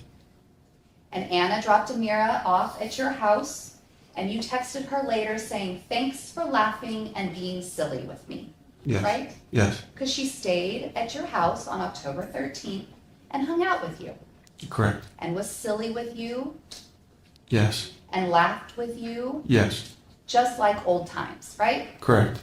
And when you said, thanks for all of that, she responded, of course, right? Yes. And on October 15th, she said, I'll always have love for you and you're a good dad, right? Oh, God. Yes. October 16th, you met up with her and Amira at the UTC Mall, right? Correct. Did you force her to go there with you? No. Did you ask her to go there with you? I believe I did. Could she have said no? Yes. Could she have just dropped Amira off with you at the mall? Correct. Did she do that? No. Did she stay with you? She did. And did she hug you at the end of that encounter? She did. Later on the same day, October 16th, when you were thanking her for doing that and suggesting to her that maybe there would be a time in the future where you could hang out, Anna told you maybe someday, Ollie, right? Yes. This was all happening during the exact same time period that Anna was also sending you messages about being done with you, being over with you. Is that right? That is correct. Did this cause you to feel confused? Very. Explain that to us. It's so confusing because I already feel bad for a lot of things. I'm just trying to move forward. I'm just trying to correct things. But when I'm getting mixed messages, she would say things like, I hate you. I don't feel comfortable around you. You'll never see your daughter. I haven't loved you for 5 years. But then, just like you said, she would just show up and act perfectly fine. And all that does is just leads me on and makes me think that things are okay. And it puts me on this roller coaster ride of like walking on eggshells. Am I good with her? Am I not good with her? You know what I mean? I never at one point, I was never really sure. At no point did I think that we were really split up. I just knew she was angry at me and she needed time away from me. And that's all. That's all. I didn't, all the talks of divorce and TROs, it's just dust. It's just wind. And between July of 2021 and October of 2021, Anna, before violence in July, Anna had said things to you like, I fucking hate you, right? Yes. So before there had been DV in San Diego, Anna was saying these things to you. Correct. And then a domestic violence incident occurred in January or July of 2021, right? Correct. Right. And then Anna came back to you, right? Yes. What did that indicate to you? That we could move past it. And on September 8th, when the incident happened that we watched on the footage from both what you recorded, when Anna called the police, the 911 call, the BWC, and when you made that live video, what happened after that? Did Anna come back to you? Oh, yeah, eventually, yes. Like the next day, I think. The next day. Yeah. And when that happened, what did that signify to you? That we're just being toxic. We're in a bad state right now. But that I never really believed that. I knew that we were still in love with each other. Things were just getting bad. I was losing myself. And I noticed that she was changing as well. And on September 11th or 12th, the night of Julia's party, when there was an issue with the two of you, Anna came back to you after that, right? Correct. And a question was posed to you about whether what we saw, what I showed with you, that video of you and Anna arguing over the phone and Anna saying her thumb's in the door, even though the door is clearly closed, you were asked about whether that was from a different night, and in fact, not from the night of Julia's party. Do you remember that by Ms. Brast? Right, I was really confused about that. Okay.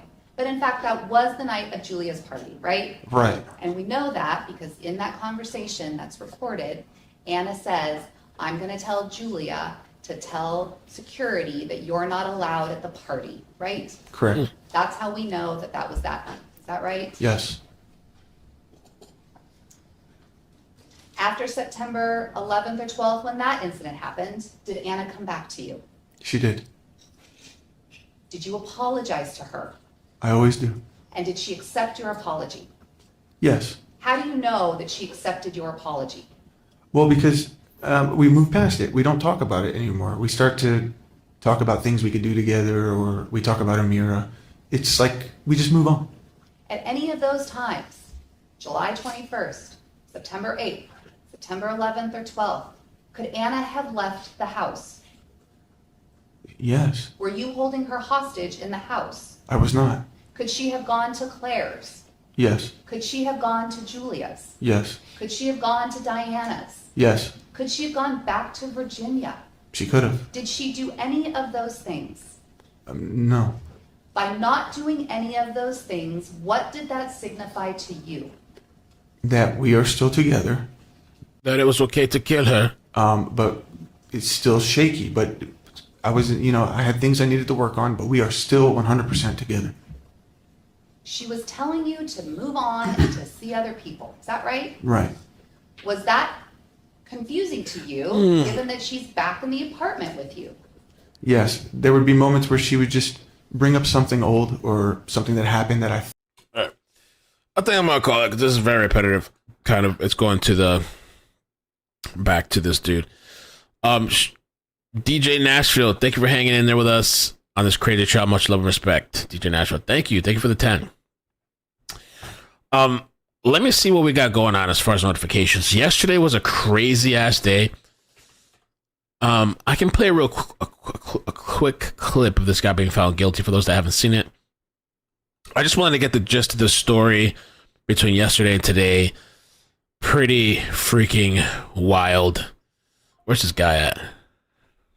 I posted it yesterday. Next week is back to the trial. Karen Reed. I have new emojis for the members. That's the free Karen Reed emoji for the people that believe she had nothing to do with it, and it's a conspiracy. People are conspiring against her.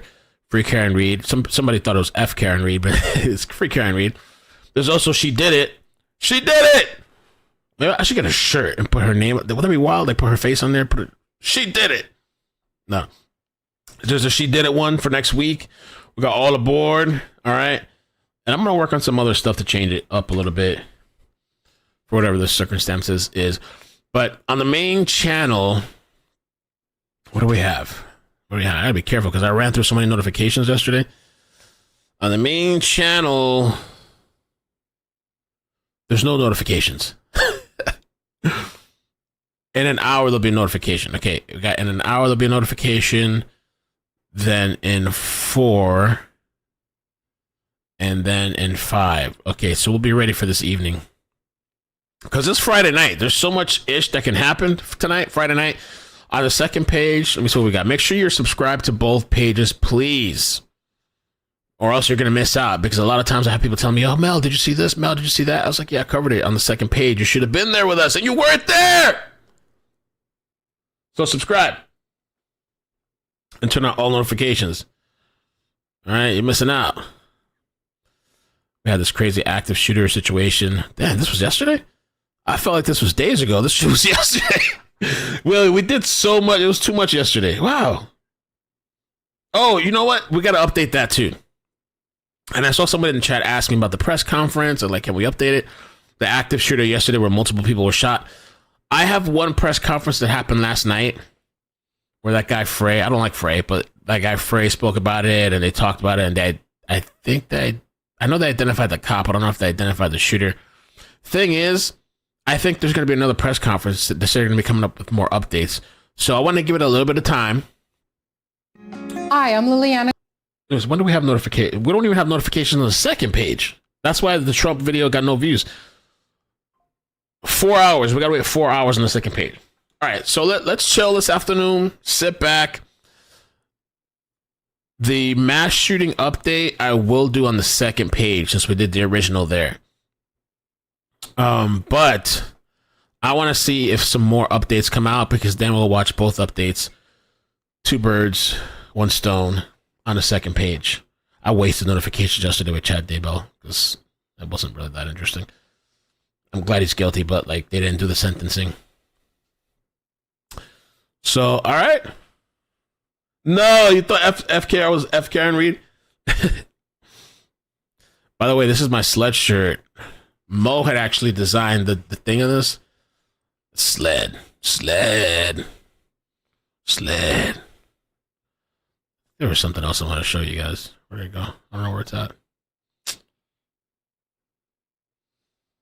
Abulaban. Sled. Oh, this is what I want to show you guys. I don't know if they'll copyright claim this or not. Because I remember some stories I've heard people say like, oh, you know, but this person was crying. And so how could this person that's crying could do that to their loved one? Like Alec Murdoch. But he loved his kids. A lot of people couldn't believe it. A lot of the expert lawyers thought it was going to be not guilty or hung jury. I thought it was questionable. I thought it was circumstantial, but I feel like that video nailed his ass in the coffin, and I totally think he did it. And anyway, I remember this case a long time. I don't know if you guys remember this. Camera records wife allegedly hiring hitman. I don't know if this shows Beach everything. Police Department, a small building in a quiet South Florida town. But what came out of here could hardly have been any bigger or louder. Terry Parker, investigative reporter. Oh, this is part 2. She gets into Mohammed's silver Lexus. That's all you need to see. While you can't quite see them on the hidden camera cops had installed, you can sure hear them talking about a hitman. Yeah, I remember this. Once she gets in the car and she meets up with the informant, we realized that this guy was credible. His mom is not going to get suspicious of you or anything like Why that. me? Like, do you know what telling somebody it? Nobody's going to be able to point a finger at me. She's just talking about it like she's ordering lunch. Randy Schultz is a columnist for the... Yeah, just in my husband. Just kill him, please. If you could do it expedited. Do you have rush shipping on that? Like extra, like fast shipping, you know? type of shit. Buy a gun. She comes prepared. She has a wad of cash in her bag and counts it out and hands it over. And shortly afterward, gives him a photo of Mike. Wipe my hands off the pictures. Really? You're gonna give him something with fingerprints all over? And at that moment, the detectives realize, we've got her. This is real. She just handed him $1,200 and a picture of the husband that she wants murdered.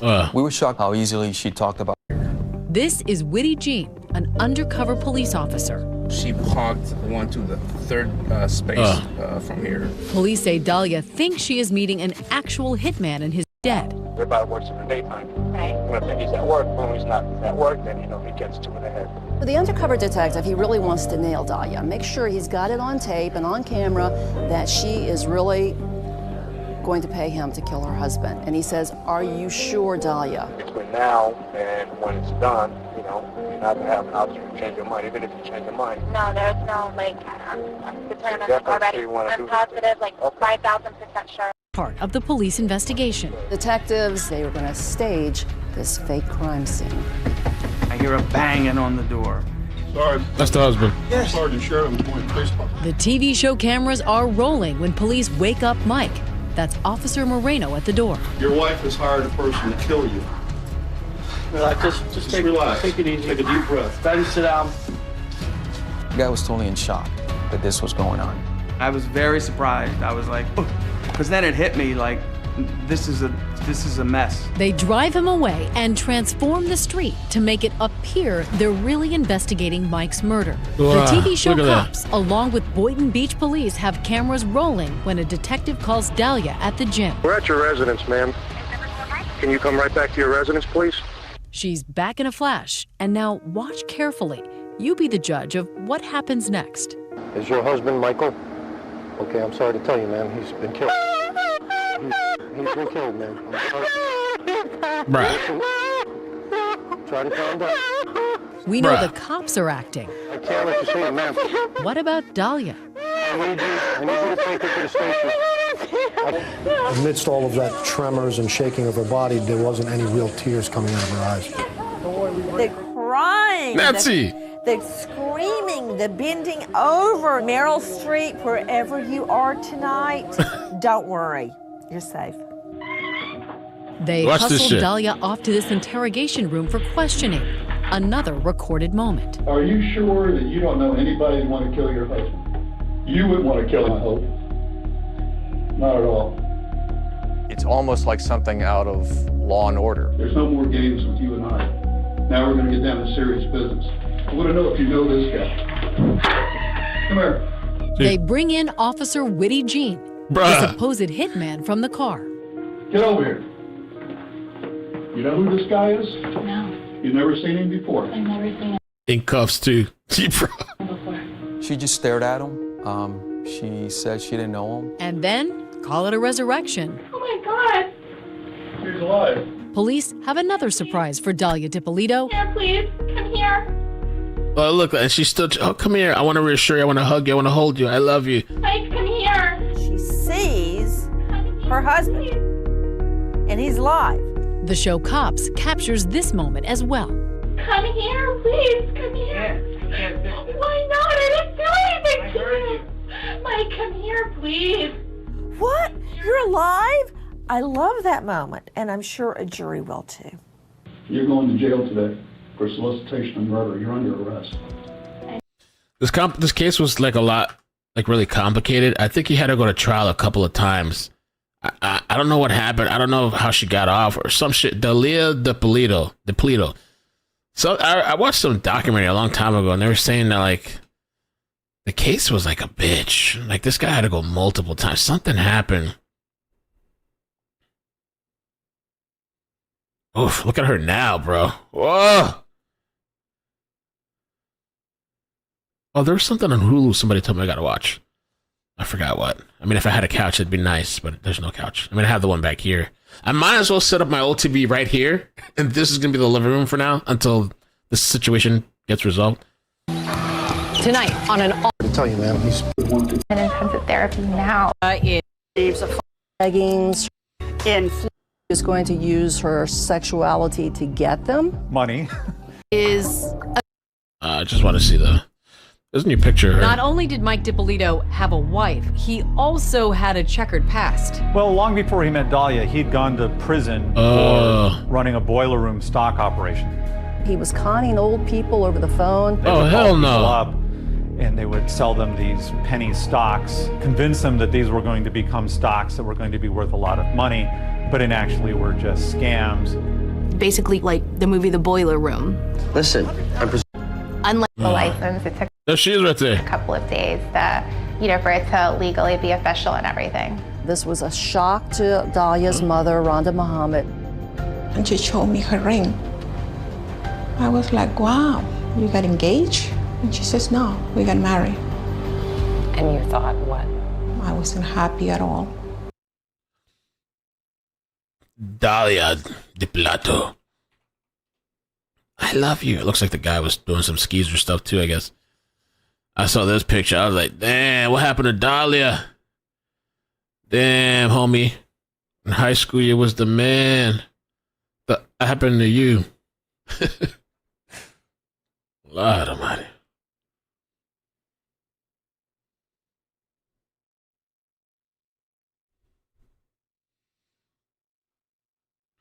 She was sentenced to 16 years. An earlier conviction had been tossed. There you go. An earlier conviction had been tossed on appeal, and her second trial ended in a hung jury. Wow. Whoa. Wow. So in 2017, I guess she was convicted for 16 years. Where's she at now? How long has it been? Where'd she get out? 2010. Oh, she's probably still locked up. I guess when she gets out, it might be like a Gypsy Blanchard. Come out and be a celebrity. Thank you, everybody. I love you. Thank you. Yeah, no, I had my mama killed. Yeah. She might be, who knows when she gets out.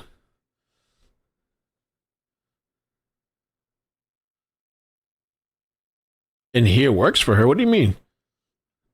And here where?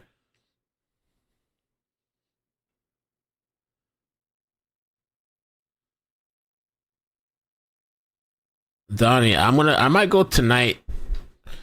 I'd prefer to go today, but today or tomorrow to the local store and actually just look for a. There's two places that I can go that I have in mind. And one place I already have an open credit line that's completely paid off. I might go check out that place first.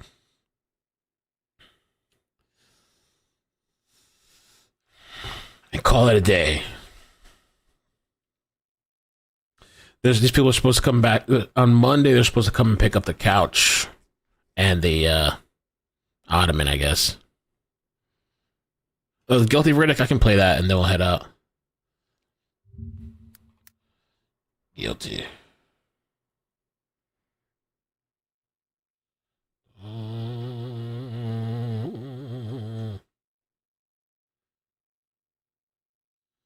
Becky.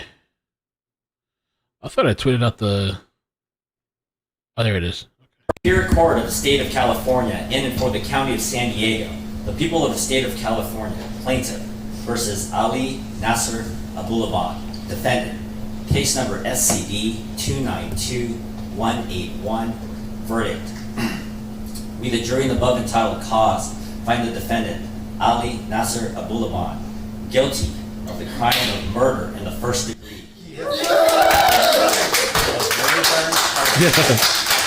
Silence.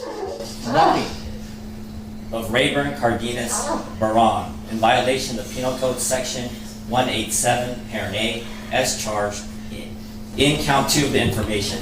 And we further find the allegation that in the commission and attempted commission of the above offense, the defendant, Ali Nasser Abulaban, intentionally and personally discharged a firearm, to wit, a handgun, and approximately caused great bodily injury and death to a person within the meaning of Penal Code Section 12022.53, Parent D, to be true.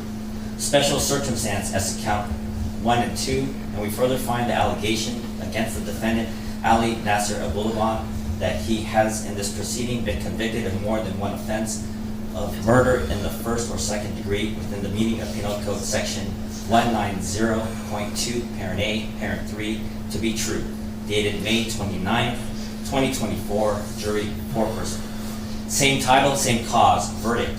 We, the jury in the above entitled cause, find the defendant, Ali Nasser Abulaban, guilty of the crime of murder in the first degree, Anna Abulaban, in violation of Penal Code Section 187, Parent A, as charged in count 1 of the information. And we further find the allegation that in the commission and attempted commission of the above offense, the defendant, Ali Nasser Abulaban, intentionally and personally discharged a firearm, to wit, a handgun, and approximately caused great bodily injury and death to a person within the meaning of Penal Code Section 12022.53, Parent B, to be true. Later on, it's over. Later on, when the jury walks out, he continues to cry more and stuff. I don't understand how somebody could just throw their life away like that. It's just nuts. This was his actual TikTok, I think, is taken down, but there's people that have reposted his stuff. You know why I pulled you over today, son? Coño, man, I'm not your fucking son. You better talk to me with respect, okay? Hey, chill out, dude. I caught you speeding on the freeway, license and registration. The only thing you're gonna get from me is an ass kicking, okay? So get the fuck out! All right, fair enough, dude. You're late. Again. You really ought to calm down. Excuse me. Let me ask you something. How long you been working here, son? 3 years. And how long have I been working here? 10 years. So, if I had to take a guess, you work for me. What can I get for you today? I'll take your mocha. Okay, and what size? A large. You mean a venti? No, I meant a large, asshole. Sir, venti is large. Okay, so you want a large? No, now I want a venti. My son, if the Lord is to forgive you, you must first bear your sins. First of all, man, I've ripped off a lot of people. Yeah, they're selling boxes of Hot Wheels for $10. You can sell them for $15 each. Fuck those guys. I mean, it seems like he was a pretty decent voice actor, I guess. He played the Tony character well. Okay, what can I get you? Hey, handsome. What the fuck you call me? Sorry, man. I'll have a venti dolce caramel macchiato with no ice. What the fuck is wrong with this guy, man? You get him or what? Speak English when you talk to me, okay? That was English. I'll have a venti caramel dolce. What the fuck you talking, man? A venti. What is that? A large? So say that next time, okay? Flappy venti cacachino. Fuck you, man. That's a great way to talk to your customers. Keep it up. How long have you been working here? I am not your fucking friend. You got it? What else you want? I'll take a cake pop. A what? A cake pop. Oh. We don't have that. All right, well, I guess I'll have a croissant. We don't have that shit either. Okay? Never mind then. Okay, you finished? I wanna go home. Yeah, that's it. What's your name? Braden. What? My name's Braden. That your name? Yeah. B-R-A-Y. Stop. Shut the fuck up. Okay. I'm just gonna put down Bobby, okay? Now go stand over there. I don't know. Maybe he was trying to emulate his favorite character in life. His favorite, movie, whatever. Even so much so to live in the coke life. Only thing is, Tony Montana didn't kill his wife. They separated, they broke up or something, but he didn't kill her. This guy killed his wife. All right. Well, I'm out here for now. Thank you guys so much. Apparently that did it to it, Caroline. You had almost 1 million followers on TikTok. But I love you guys. Thanks for hanging out. Maybe we'll be back later. Today's Friday. How am I feeling? Yesterday was buzzing. It was crazy. So I wouldn't be surprised if things pop off tonight. But I'll be around the house chilling, be with the baby later. Wendy, thank you for the 8 months. It's all aboard. Choo choo. All aboard.